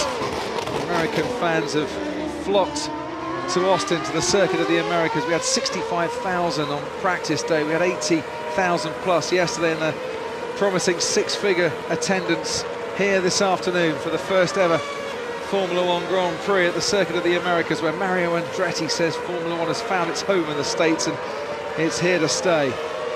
And Lewis Hamilton, the man who was the winner of the last US Grand Prix at Indianapolis in 2007, is chasing the man who made his debut in Formula One at Indy in that race as well. Took to the grass, didn't he, at the first corner, went on to score his first point in Formula One by the end of the race and finishing 8th. And now, 99 races later, he's on the verge of a world championship that's not going to be decided here this afternoon, not with Fernando Alonso in 3rd place, but he's going to go a long way to sealing his 3rd championship in a row. Riding on board now with Jenson Button as Romain Grosjean just ahead of him, and he's gaining all the time on Grosjean in the Lotus. Tries to pull one way and then the other, and realises he's just a touch too far back on this lap, but look how he's gained on Grosjean since he got overtaken and passed when he came out of the pits. Is he going to try and slide out the inside? That's a bold move on Grosjean, but he makes it stick. Nice. Grosjean, aware of what was coming behind him on that occasion, kept out of the way. Matt LeBlanc with some new friends, enjoying himself down at Lotus, but maybe his mates at Lotus won't enjoy seeing a replay of that too often. Jensen can get his elbows out when he needs to. That was good stuff. Here we go. He telegraphed it early. Grosjean didn't see it coming. Job done. And now Button 2.7 seconds behind Felipe Massa. Yeah, I think Button's going to finish fourth. He'll struggle to catch Alonso. And Hamilton's on the DRS again, just running out of straight again. Sorry, Martin. Back to the battle for the lead. Yeah, I think there's too much of a gap to Raikkonen and to Alonso for Jensen to get on the podium, but who knows as they move into the closing stages. But you have to say, Vettel's doing a great job out front, isn't he, as well? I mean, he's not being... He got a little bit untidy, didn't he, early on when Hamilton first started coming at him. But since then, he's just kept his head calm. He has, of course, got back markers that could play a part in this race. Okay at the moment, but it's Kobayashi and Schumacher and Rosberg, the next cars that Sebastian Vettel will find ahead of him. And it's where they are in relation to Sebastian Vettel when they approach the S's section in the first sector. That's where you get held up the most. Down to you, Ted. Just a bit of information about Mercedes, and do stop me if Hamilton makes a move, but they're in trouble with their tyres. Michael Schumacher's just been told that he's going to have to make another stop, and Nico Rosberg's been told on the radio, if you're listening on the pit lane channel, that when he came in after his first stop, the right rear, one of the rear tyres, was worn down to beyond what they consider, or rather to what they consider acceptable. So it looks like as Massa makes a move, that both Mercedes are going to have to make a two-stop race. Well, we've just seen the view from Felipe Massa's Ferrari. Now the view from Kimi Raikkonen's Lotus. Massa coming out of nowhere. You stepped back there when you saw Massa come into the frame. Even though I knew what was going to happen. We also knew how it was going to end, and it ends with Felipe Massa having one of his best drives of the year, now up into fourth place. Button's only a second behind him as well. And Hamilton way less than a second behind Sebastian Vettel. Now he's got as close as I think we've seen him so far in this race, and he's got the fans, a lot of whom have got the McLaren caps, rising to their feet down at turn 12. But he's now got to follow that Red Bull for another lap before he gets another go at it. And it's how close can he follow Sebastian Vettel to give him a better chance of a move down the inside. And Ted mentioned problems for Mercedes and their tyres, and another pit stop for Michael Schumacher, his second of the race. Won his last 4 US Grand Prix, Michael Schumacher, but he's not going to be winning from way down the field, sadly for him today. Down the main straight we come with Vettel and Hamilton, 0.6 of a second the lead. And Schumacher keeping behind and out of the way as the two leaders pass through. Vettel almost parked it then on the apex of turn 1, got good traction through the exit though. And Hamilton must be sitting there thinking, no, I'm much quicker than him, but somehow he's staying out front. I've noticed a lot lately, these last few races, Lewis has found a technique with his car setup and his driving stuff. He turns in very early. I remember picking up on that on some track guides we've done, using his quali laps, and he definitely is making this car and these tyres work well by just getting the nose right into the corner. And is that kind of being more aggressive as well to generate more heat early on? Now he's extending the braking phase by doing that. Now, is he close enough this time? Over that little crest they go, onwards towards turn 12, gaining, used up all his curves. Is he too far back? He's going to have a little go. No, not quite. But that is the closest he's got to Sebastian Vettel. So is that the dress rehearsal? And do we get the main performance on lap 42? It's building, isn't it? Something's going to happen in the next few moments as that Paul di Resta being lapped and keeping out of the way it is. Great example there of how often when you're being lapped you can lose so much time in your race. Almost slowing to a stop, di Resta.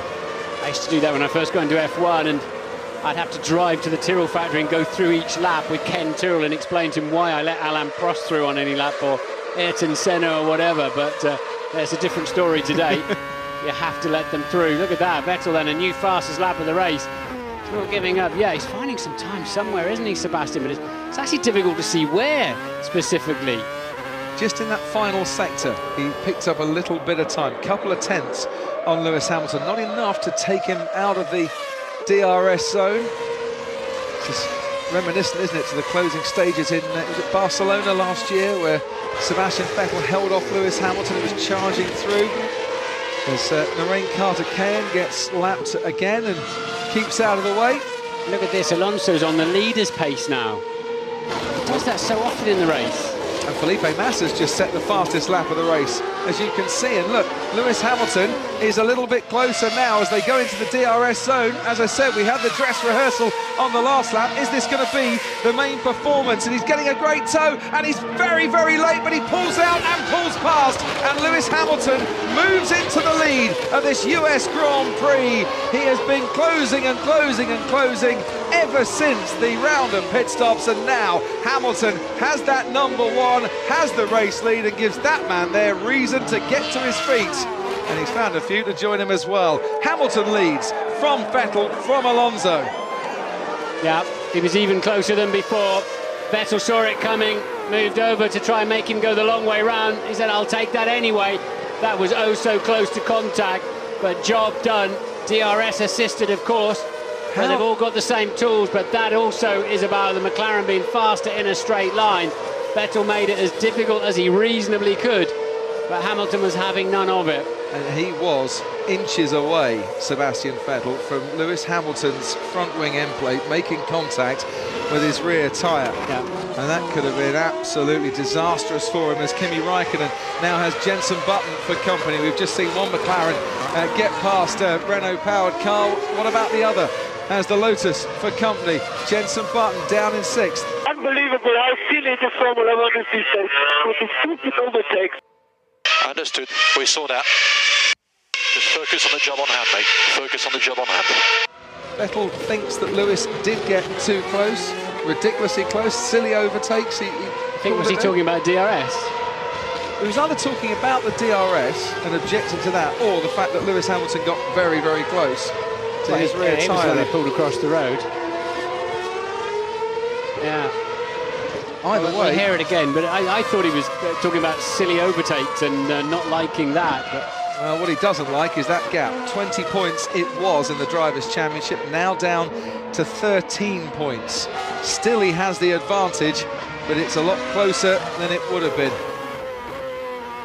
Kimi Raikkonen down in 3rd place, out of it, of course, despite that win in Abu Dhabi. And Raikkonen having to focus now on Jenson Button, gaining on him.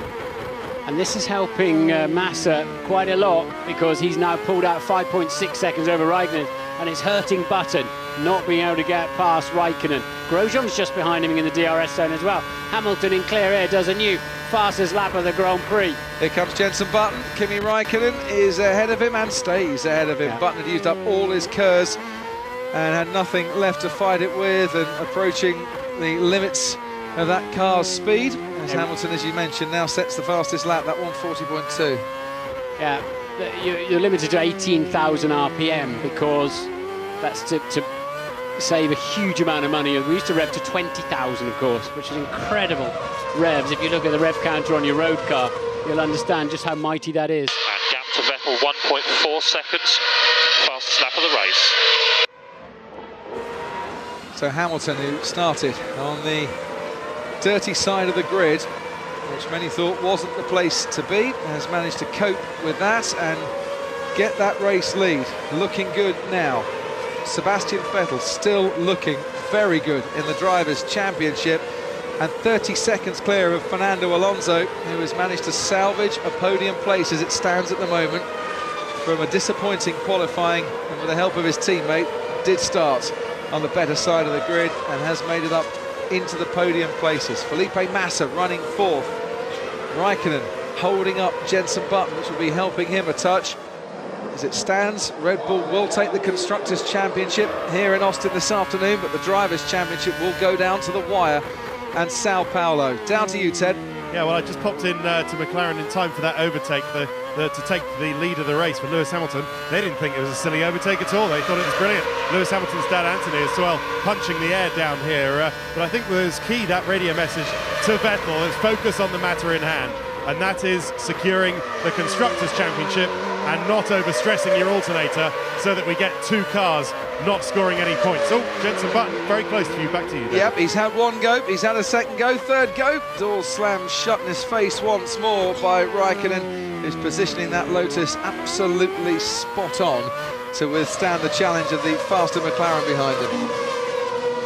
Yeah, if Jenson can get clear of that, he's got a chance to have a run at Massa, but Massa now 6 seconds down the road over this squabbling pair, and they're just beginning to drop Grosjean behind them. Both Lotus in the points, but not showing anything like the kind of pace that allowed them to win in Abu Dhabi 2 weeks ago. So Vettel's staying within 1.2 of Hamilton, though. Yeah, Hamilton just a little bit further quicker, I should say, in the first sector on this lap. But it was interesting, Sebastian Vettel put his best lap of the race in, the lap after he'd been overtaken by Lewis Hamilton. And he is hanging on in there, you know. It's not done and dusted for Lewis, put it that way.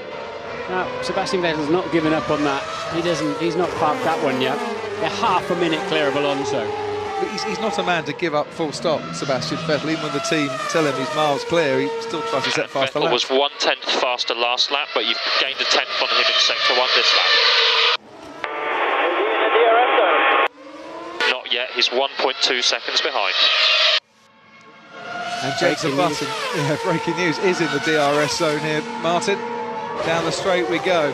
Raikkonen edging over in one continuous line to the left-hand side. He's forced Button to go round the outside, but Button, if he can just hang on and go wheel to wheel, there's got the inside line for the next turn. Raikkonen's not going to give this up, but Button has got the better line through turn 14, and this time around he's got 5th place ahead of Kimi Raikkonen. Supreme. There was about the width of Button's lycra between those two, and neither of them would give up, and they both trusted each other implicitly.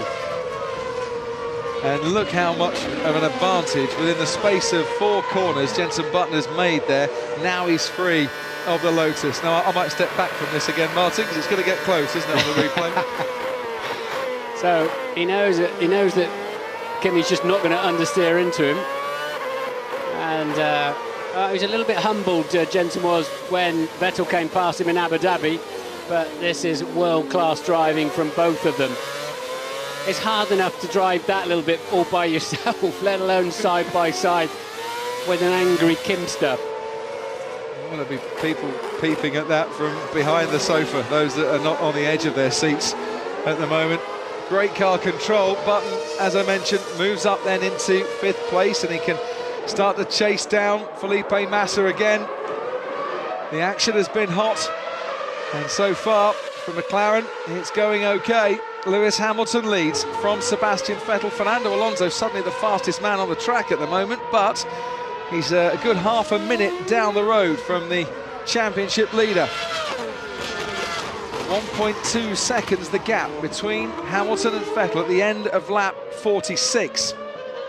Okay, Jenson, great job. 11 more laps to go, and Massa just up the road. Is it possible for Button? Can he do it? 7.8 drift. He's going to have to be pretty spectacular to catch that up now. But then Jenson's been spectacular today. I think that's a bit of a tough call, that one, actually, to catch Massa now. It's taken him too long to get past Raikkonen. But Vettel's not given up on Hamilton. It's still very much game on at the front. Meanwhile, Fernando Alonso just lost a second to the front two on that previous lap. He's salvaged something again, hasn't he, Alonso? Well, he has. He's half a minute behind. Everything will be turned down now. He's just coasting in. He's not going to catch the 2 in front. He's hoping to pick up any pieces if they have problems. He's got Massa as his rear gunner behind. So Alonso's freewheeling now to the end of the Grand Prix. But once again, he'll be up on the podium. And interestingly, in the 100 races that Sebastian Vettel's done in F1, and the 3 guys that we all think, most people in Nevada think, are the best drivers in the field, Hamilton, Vettel and Alonso, have never all been on the podium at the same time. Right now, they're all in podium position. And we are on course for a back-to-back winner of the US Grand Prix, albeit 5 years apart, as Lewis Hamilton comes to complete lap 47. but still ahead, only just from Sebastian Vettel. The gap was 1.2 seconds, it's now 1.4 seconds. Down to you, Ted. Well, Jenson Button's still attacking. He's been told on the radio that he's the fastest man on the circuit at the moment, which is true, a 40.3 last time round as opposed to a 40.4 for his teammate, a 40.5 for Sebastian Vettel. They believe that he can close right up to the back of Felipe Massa. The problem is he'll probably do it on the last lap and then the race will be over. But I'm just watching Fernando Alonso quite carefully. This is fascinating to see what he does just to secure this third place and take the championship on to Brazil. A lot of people will talk long into the night, Martin, after this race, and some will agree with what Ferrari did, playing the team game to help the one man who's got a chance of the championship, and others will say no, it's totally against the spirits of the sports. There's no such thing as the spirit of the regulations. They're not illegal, others wouldn't be allowed to start the race. The question is whether it's sporting or not, whether it's a reasonable thing to do, but I don't think they had any option, frankly. To keep the championship alive, they had to pull that stroke and take the flag, the inevitable flag. Okay, Jenson, tyres all in a good state, very good tyres. We can push all the way to the end. It was a decision that they made, compounded by the wrong decision yesterday to run qualifying on a set of scrub tyres. Everyone else was out in Q3 on a set of new tyres. Ferrari took a couple of sets that have been scrubbed in P3, and maybe that was one of the reasons they were a little further back than they thought, but now the decision's made. This is interesting, Crofty. Vettel's coming back, and why is Hamilton not scampering off now? He's got some clear air in front of him. 4 tenths of a second. Is Lewis managing fuel? Is he managing something else? Managing tyres? All of a sudden, it looks like they've swapped cars, doesn't it? Because that was the kind of rate that we were watching Hamilton catch Vettel under braking, and now it's reversed. Well, Red Bull wanting to seal 2 championships. They will take the Constructors' Championship here. They won't take the Drivers' Championship, but Vettel can make life a lot easier for himself in Brazil if he can keep closing Lewis Hamilton down. But through this first sector, he's lost 3 tenths of a second, and that'll take him out of the DRS zone. But you're right, Hamilton has not got more than a second and a half ahead of Sebastian Vettel since he took the lead. I just wonder if he's managing fuel or something. So he should be in the DRS as well now, Vettel. Well, no, you see, he lost time, did Vettel, during the first sector. Either way, he's closed up just a little bit on Hamilton by the time they put the brakes on. Hamilton first on the power, extends away. It's fascinating, this battle, it really is. And Hamilton has been out there on this set of tyres for a lap longer. Is that one lap going to make a crucial difference? I don't think the tyres have lasted as well as they thought, have they? They were both allegedly bulletproof enough to do the entire Grand Prix, but you know, they're not going to fall apart. It's a question of performance rather than endurance, as ever in Grand Prix racing. Which I suppose is, even though we're into a one-stop strategy here, this is what we're looking for, isn't it? You want something that can be done, but isn't marginal. Yeah. You don't want a landslide all the time. You want things to be on a knife edge as long as possible. That's maybe what we're going to get here today. 1.3 seconds, Hamilton's advantage now at the end of lap 49. Here's Bruno Senna. And that's Nico Hülkenberg that was ahead of him, and Senna just cuts across Hülkenberg there. Hülkenberg fights back and manages to keep hold of that 8th place. Williams clearly geared their cars and trimmed their cars for the back straight, because Senna's been breezing past things. Even when he was up against a DRS car, he was breezing past it. He's been mighty down the straights, the Williams. It's paid dividends. Started behind his teammate, passed to Maldonado, and currently ahead by about 1.3 seconds at the end of the last lap. There is Maldonado. And the battle for the lower points places, Hülkenberg, Senna and Maldonado, 8th, 9th and 10th, is certainly going to go down to the checkered flag at this rate as well. Dismal weekend for Sauber. They got completely confused by qualifying. They thought they were going to be doing much better than they were. And right now, Perez up to 11th, just outside the points. Kobayashi 14th. That's a car we thought would be coming through nicely here. It's going to be a long trudge over the border, isn't it, for the Mexican fans at the end of this. There's still plenty of talk about a Mexican Grand Prix in the future in Formula One as well. Jenson Button has just put in a blistering first sector of a 27.2, but he's just under 6 seconds behind Felipe Massa. Well, it was 7.6 if you remember when we checked it out earlier on, so he's catching him. Running out of laps though. He's running out of laps. And back we go then to Hulkenberg, Senna and Maldonado, 8th, 9th and 10th. The two Lotuses running pretty much in formation. Ahead of them in 6th and 7th. Maldonado is catching his teammate. Senna wants to try and get past Hulkenberg, but he's going to have to start defending a little bit now. With Maldonado behind him. If the reports are true, this might be one of the last races that Bruno Senna's going to find in Formula One. He will not, for one moment, want to let his current teammate ahead of him. This is going to be a grudge match to end all grudge matches in Texas. Well, Senna's been in the points a lot more times than Maldonado, hasn't he? Is it 8 or 9 times in the points compared to Maldonado's 3? Right up the top of my head. Yeah, 9-3 for Bruno Senna in terms of point scoring, but Maldonado's got that win. Yeah, that's what makes the big one. And he's got a bit more money that he brings to the sport as well. A bit. Just a touch. I don't think money's everything, but it helps. So then, this is Grosjean catching Raikkonen at quite a rate of knots. I don't think Raikkonen would be cutting Grosjean any slack whatsoever, even if he is a teammate. You've got two teammates up against each other here, at Lotus and at Williams.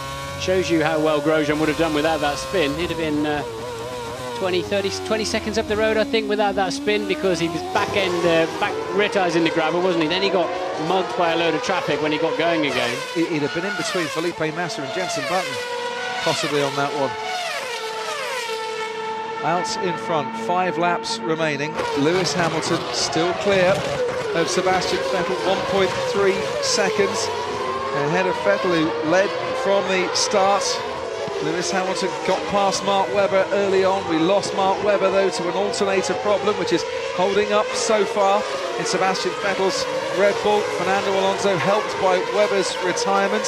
He was straight up to 4th at the start, but manages now to be on the podium positions. We see Grosjean locking up in his pursuit of Kimi Raikkonen, having to run wide as a result of it. Lap 42 was when Lewis Hamilton took over the lead of this race, but he's not been able to shake Sebastian Vettel at all in the next 10 laps. It's quite a dish that Formula One has served up here today. Gordon Ramsay might have been proud of that one himself. Was the Williams going for it? Maldonado and Senna out of turn 1, past to Maldonado, squeezes Senna out. And earlier on in the race he was leaving doors open. There was half a jar there maybe, but Maldonado up to 9th place now. And he's going to be hampered by the slower moving Marussia in front of him. See the replay of what happened from Bruno Senna's cockpit. Tried to make the apex, and then suddenly there's Maldonado right on the inside. Apparently Maldonado had just been on the radio, Crofty, to say, can I have a go, and was given permission. I don't think they quite had that in mind, but they got away with it. Didn't they just? Very, very close. It's a good move, that, by Maldonado. Steaming in at the last moment. Pretty fair. Senna's going to be right on his tail for a while, though, but a man who has been criticised a lot for his overtaking this year. Quite like that. Yeah, it's good stuff. So I like, you suddenly look up and realise, you know you've had a great race, when you look up and realise it's the closing laps. And you better be starting thinking about all the other things that happen at the end of a Grand Prix from a commentary point of view. Massa's just done his personal best. Solidly in 4th place, he's got Button covered in 5th. Yeah, it looks to me like Button's kind of accepted what's going on now, and he's looking either for back markers or for Massa to make a bit of a mistake. And the gap at the front, 1.5 seconds, but Sebastian Vettel in the middle sector has been half a second quicker than Hamilton. Okay, there should be traffic free till the end of the race now. 3 laps to go at the end of this lap. And that maybe explains what was holding Lewis Hamilton up. Yeah, he got himself mixed up in there. It was at least the Marussia, wasn't it? But it's not over till it's over. And another lap to be completed here. Hamilton was 1.5 seconds clear. Vettel makes the fastest lap of the race, but it's only a tenth quicker. 1.4 seconds the difference. Down to you, Ted. Yeah, this is fascinating, isn't it? Because with Red Bull, it's so much to lose, and that's really been the view of Jonathan Neal, the race team MD at McLaren, who I've just had a word with. He says there's nothing wrong with the car. We're just telling Lewis what the gap is. We need to keep him out of the DRS zone, which they're doing, only just at the moment. But he also said we're also thinking about what Red Bull are going to be telling Sebastian Vettel. Surely they won't. Guys, we're wasting a lot of lap time by not being able to use all of the curves. And that explains a little bit of Jenson Button's pace differential to Felipe Massa.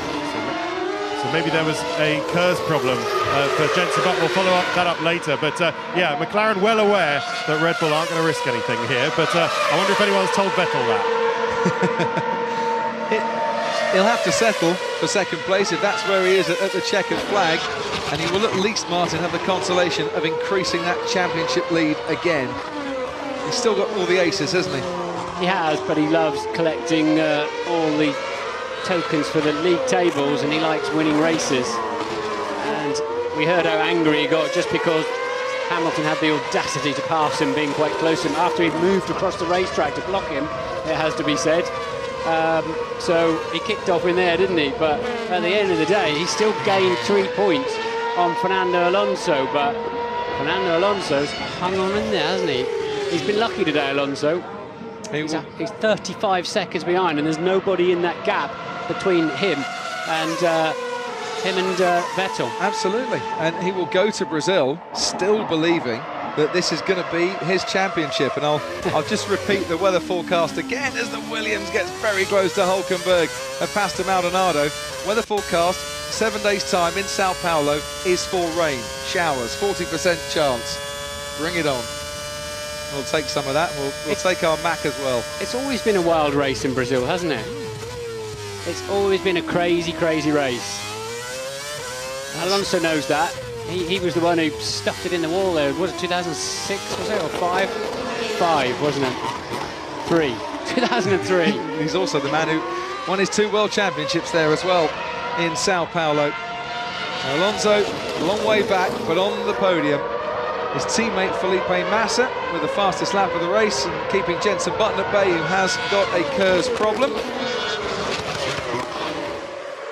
And so, in the Constructors' Championship, it is going to be celebrations for Red Bull. They are going to take the Constructors' Championship here today, but it's not going to be the Drivers' Championship that they want. Lewis Hamilton has come to gate crash the party, but with Alonso on the podium, would have been going to Brazil anyway. What happened if they ever put Lewis Hamilton and Adrian Newey together, as McLaren could have done if they hadn't have let both of them go? Maybe it might happen one day. You never know. We go then to the final lap of this race. And for Lewis Hamilton, what an afternoon, maybe of redemption it has been. For Alonso, it has been a salvage operation, and he keeps in that title hunt. For Hamilton, it has been a victory that he has felt has been coming his way for a while. That victory that was taken away from him through no fault of his own in Singapore when he was leading, in Abu Dhabi as well when he was leading, and looked absolutely mighty at that track. Here he's had to do it the hard way and shown that he has still very much got it. 1:39.7, fastest lap of the race. What a great Grand Prix this has been. We've seen some supreme driving, and you have to say Hamilton, for me, has been the driver of the day against a Red Bull that's pretty much dominated this weekend. Vettel didn't have an answer for the pursuing Lewis Hamilton. The championship goes on, but that's certainly been a classic first race here in Austin. He's a man who created a lot of headlines, Lewis Hamilton, when he won his first US Grand Prix at the first time of asking in 2007 at Indianapolis. He made the back page headlines in the LA Times the week earlier when he won in Canada. Fernando Alonso was his teammate at McLaren then. Still at McLaren for 2 more races. He's returned to the US, and 5 years after his first victory on US soil, Lewis Hamilton sees the checkered flag and wins in Austin the US Grand Prix. Sebastian Vettel right behind him takes the fastest lap of the race on the last lap to come home in second place. He's still the championship leader, but he hasn't managed to seal the championship here because Fernando Alonso, after getting a massive helping hand from his teammate Felipe Massa even before the wheels turned this afternoon, is going to come home and take the final podium spot. We go to Sao Paulo. It's game on there. A final race title decider. Hamilton wins. Vettel second, Alonso third, as the three men stand on the podium for the first time. Felipe Massa comes home for Ferrari in fourth. They didn't get two cars on the podium. They needed to keep the Constructors' Championship alive. So Red Bull win the Constructors' Championship, and behind Button, who finishes fifth, and Raikkonen, who's going to come home for sixth, and Grosjean seventh. Hülkenberg and Maldonado still scrapping all the way to the line. There's Hülkenberg in the Force India, Maldonado and Senna right behind him as well. Grosjean seventh, it's Hülkenberg eighth, Maldonado ninth and Senna 10th to complete the point scoring. McLaren can start their own little celebrations tonight. It is Lewis Hamilton who wins at the Circuit of the Americas. In an incident between Kovalainen.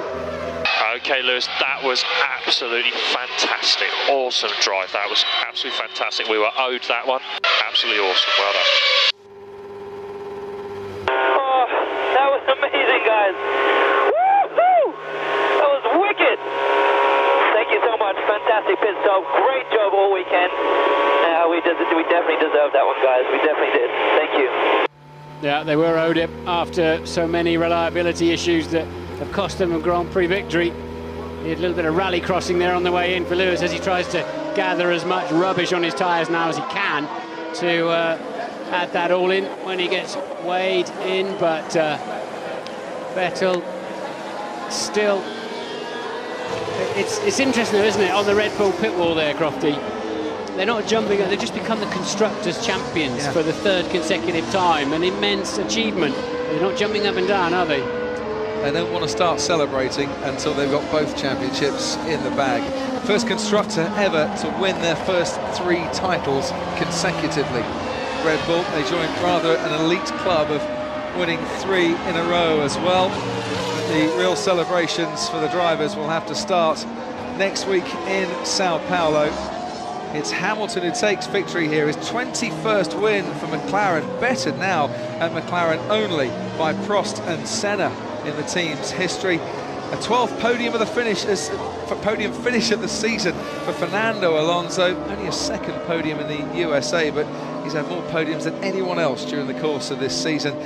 And joins Vettel and Hamilton on that podium for the first time. It's more points for Felipe Massa, his 9th consecutive point-scoring race. And whilst Hamilton wins, his new team for next season, Mercedes, Rosberg and Schumacher down in 13th and 16th, a really disappointing race for them. Caterham got the better of Marussia in the race, but they didn't get that 12th place they need to move up in the championship standings. And Hamilton absolutely jubilant with his efforts and his team's efforts. And they were owed one. You feel sooner or later the bad luck has got to run out. But they took that one. Yeah. It wasn't handed to them, that's for sure. So Vettel was supreme through there. I mean, his start, his first lap, his ability to resist so many laps with Hamilton hunting him down. So Hamilton pulls into Parc Fermé alongside Sebastian Vettel.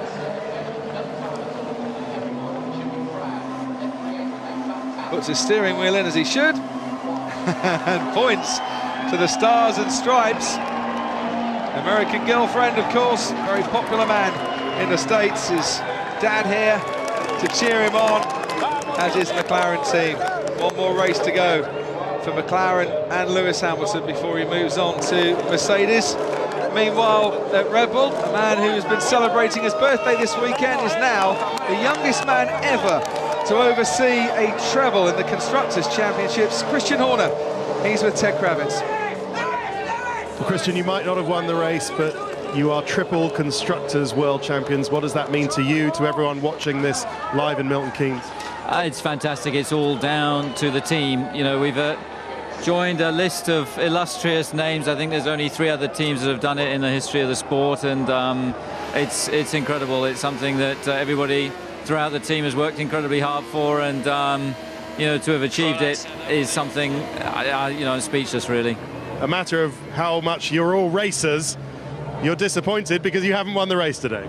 Yeah, the race unfortunately hinged on one back marker that didn't use his mirrors, but you know, that was the difference. It allowed, it cost Sebastian Vettel time. It gave Lewis a clear and easy run under the DRS, but you know, there was nothing between the two of them today. They were trading times all afternoon, and it was that one back marker that cost us. But congratulations to Lewis. He's obviously had bad luck at other races, and it was important to finish ahead of Fernando. As far as the drivers goes, to Brazil we go. Yes. No, I mean, I think we're now 13 points ahead of Fernando going into that last race. So, you know, still everything to play for, and you know, it's going to be a busy week ahead of us. Well, a hat-trick of Constructors titles, very well done. Thank you very much. Let's go. Oh shoot, I've got to have my suit up. Sorry.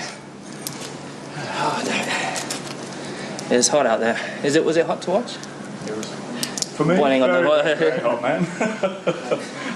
You were quick, huh? Yeah, getting hit.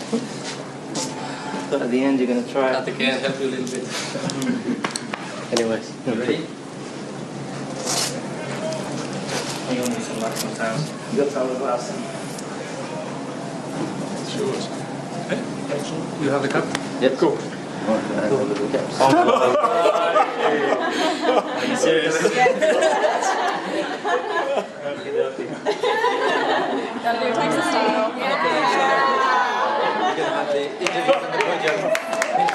Yeah, I bought a Stetson on Wednesday. It seems appropriate that we should all wear the Texan hat and look like a cowboy for once in our lives. But great to see Lewis Hamilton there and Martin Whitmarsh. Sebastian Vettel exchanging with Lewis Hamilton, but Alonso stepping back. He always does. Didn't want to be a part of that, did he?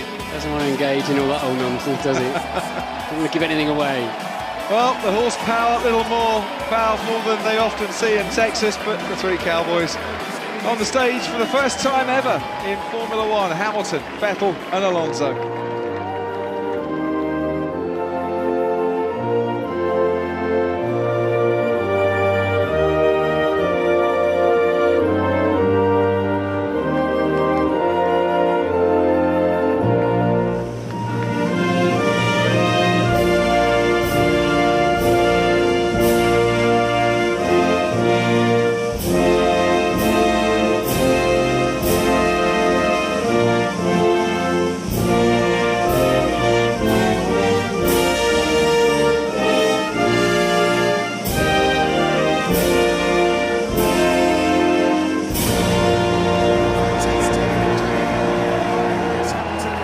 Anthem, God Save the Queen, playing for Lewis Hamilton and for McLaren as well.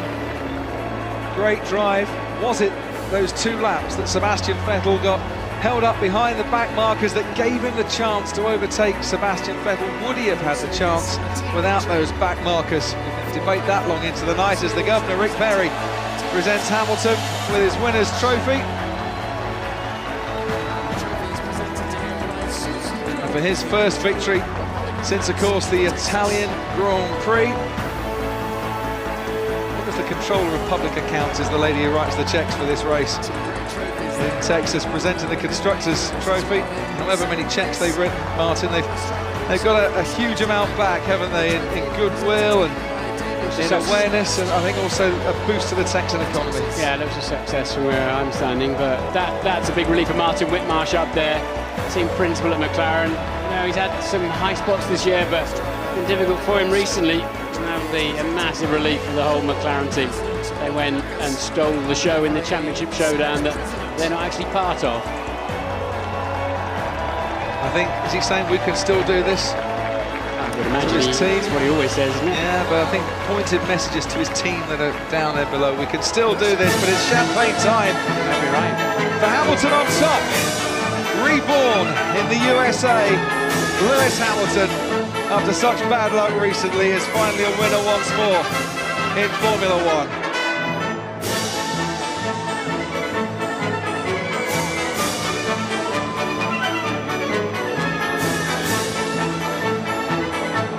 Great smiles for McLaren.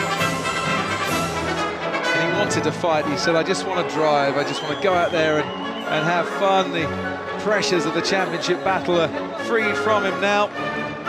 Dare say there'll be a few more pressures on his shoulders next year as he tries to lead Mercedes and turn their fortunes around. 6 races now consecutively that his new team haven't scored a point in Formula One. Another disappointing afternoon for them today. We'll wait to hear the drivers' thoughts on the podium. There's more caps, and this time microphones are handed around. Ladies and gentlemen, to interview the drivers on the podium, please welcome former world champion and all-time American racing legend, Mario Andretti. Okay, cowboys, how about coming down to my level? First of all, on behalf of the Circuit of the Americas, I want to thank all the fans for obviously helping make this an incredible comeback of Formula One to America, and obviously we're here to stay. And we just witnessed an awesome, awesome race. I mean, fought right to the very end. Lewis, I know you really tormented Sebastian for most of the race, but I mean, you had the resolve, and you did a fabulous race. And what I'm interested in it, give me some reaction, your reaction about the circuit. Obviously, everything's new. First winner, first time winner, and all of that. First time winner, yeah, I'm so happy. The fans have been amazing this weekend, so thank you so much. The warm welcome we've had has been fantastic, and I think this is probably one of the best, if not the best Grand Prix we've had all year, and especially for me and my team, this is so special. It's been a long, long time since I've had a win, and I'm just so proud of the work the guys did, so grateful for the support we've had. Congratulations.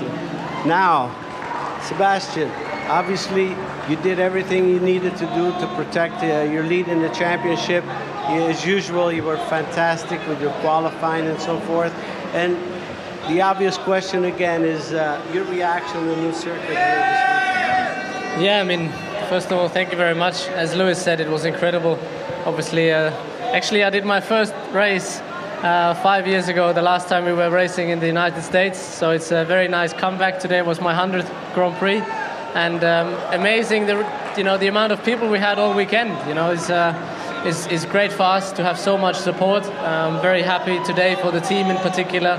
We won the Constructors' Championship, so thanks to all of you. It has been a great year. Now we've got another station coming up in Brazil, and as you said, I think in terms of championship, it's looking a bit better after the race today. Obviously, it was a close fight with Lewis. He had one chance and he took it. So after that, I tried to stay with him and maybe pass him again, but he was probably as quick as I was, so there wasn't much in between us. All in all, a great race and a great result for us. Congratulations. Obviously, the fight continues right to Brazil, and it's going to be the culmination of a wonderful season that we have seen. Now, Fernando, as usual, you've been brilliant the entire season. Fantastic start, as usual again. You've always done your very maximum, and here again, you've kept this championship fight still alive. So we're fighting to the end, obviously. And the same question to you: how about the circuit? How you like it? Did you enjoy the ride? What's your reaction? Yeah, as Luis and Sebastian said, the circuit was fantastic, but the fans were fantastic all weekend, and we really enjoy, and we really have to say big thanks for all the fans coming here, all the Americans, the Mexicans, and all the South America that came also to support us, and and it was thank you. You see, so the circuit is amazing, and the layout is interesting, challenging for us, challenging for the engineers. But as I said, we enjoy racing here thanks to the fans, thanks to to the fantastic facilities, and I hope we put a good show for everybody, and people will enjoy even more next year. Yes, absolutely. Here we have 3 world champions right here on the podium. You couldn't ask for anything better. So thank you so much and congratulations. Thank you.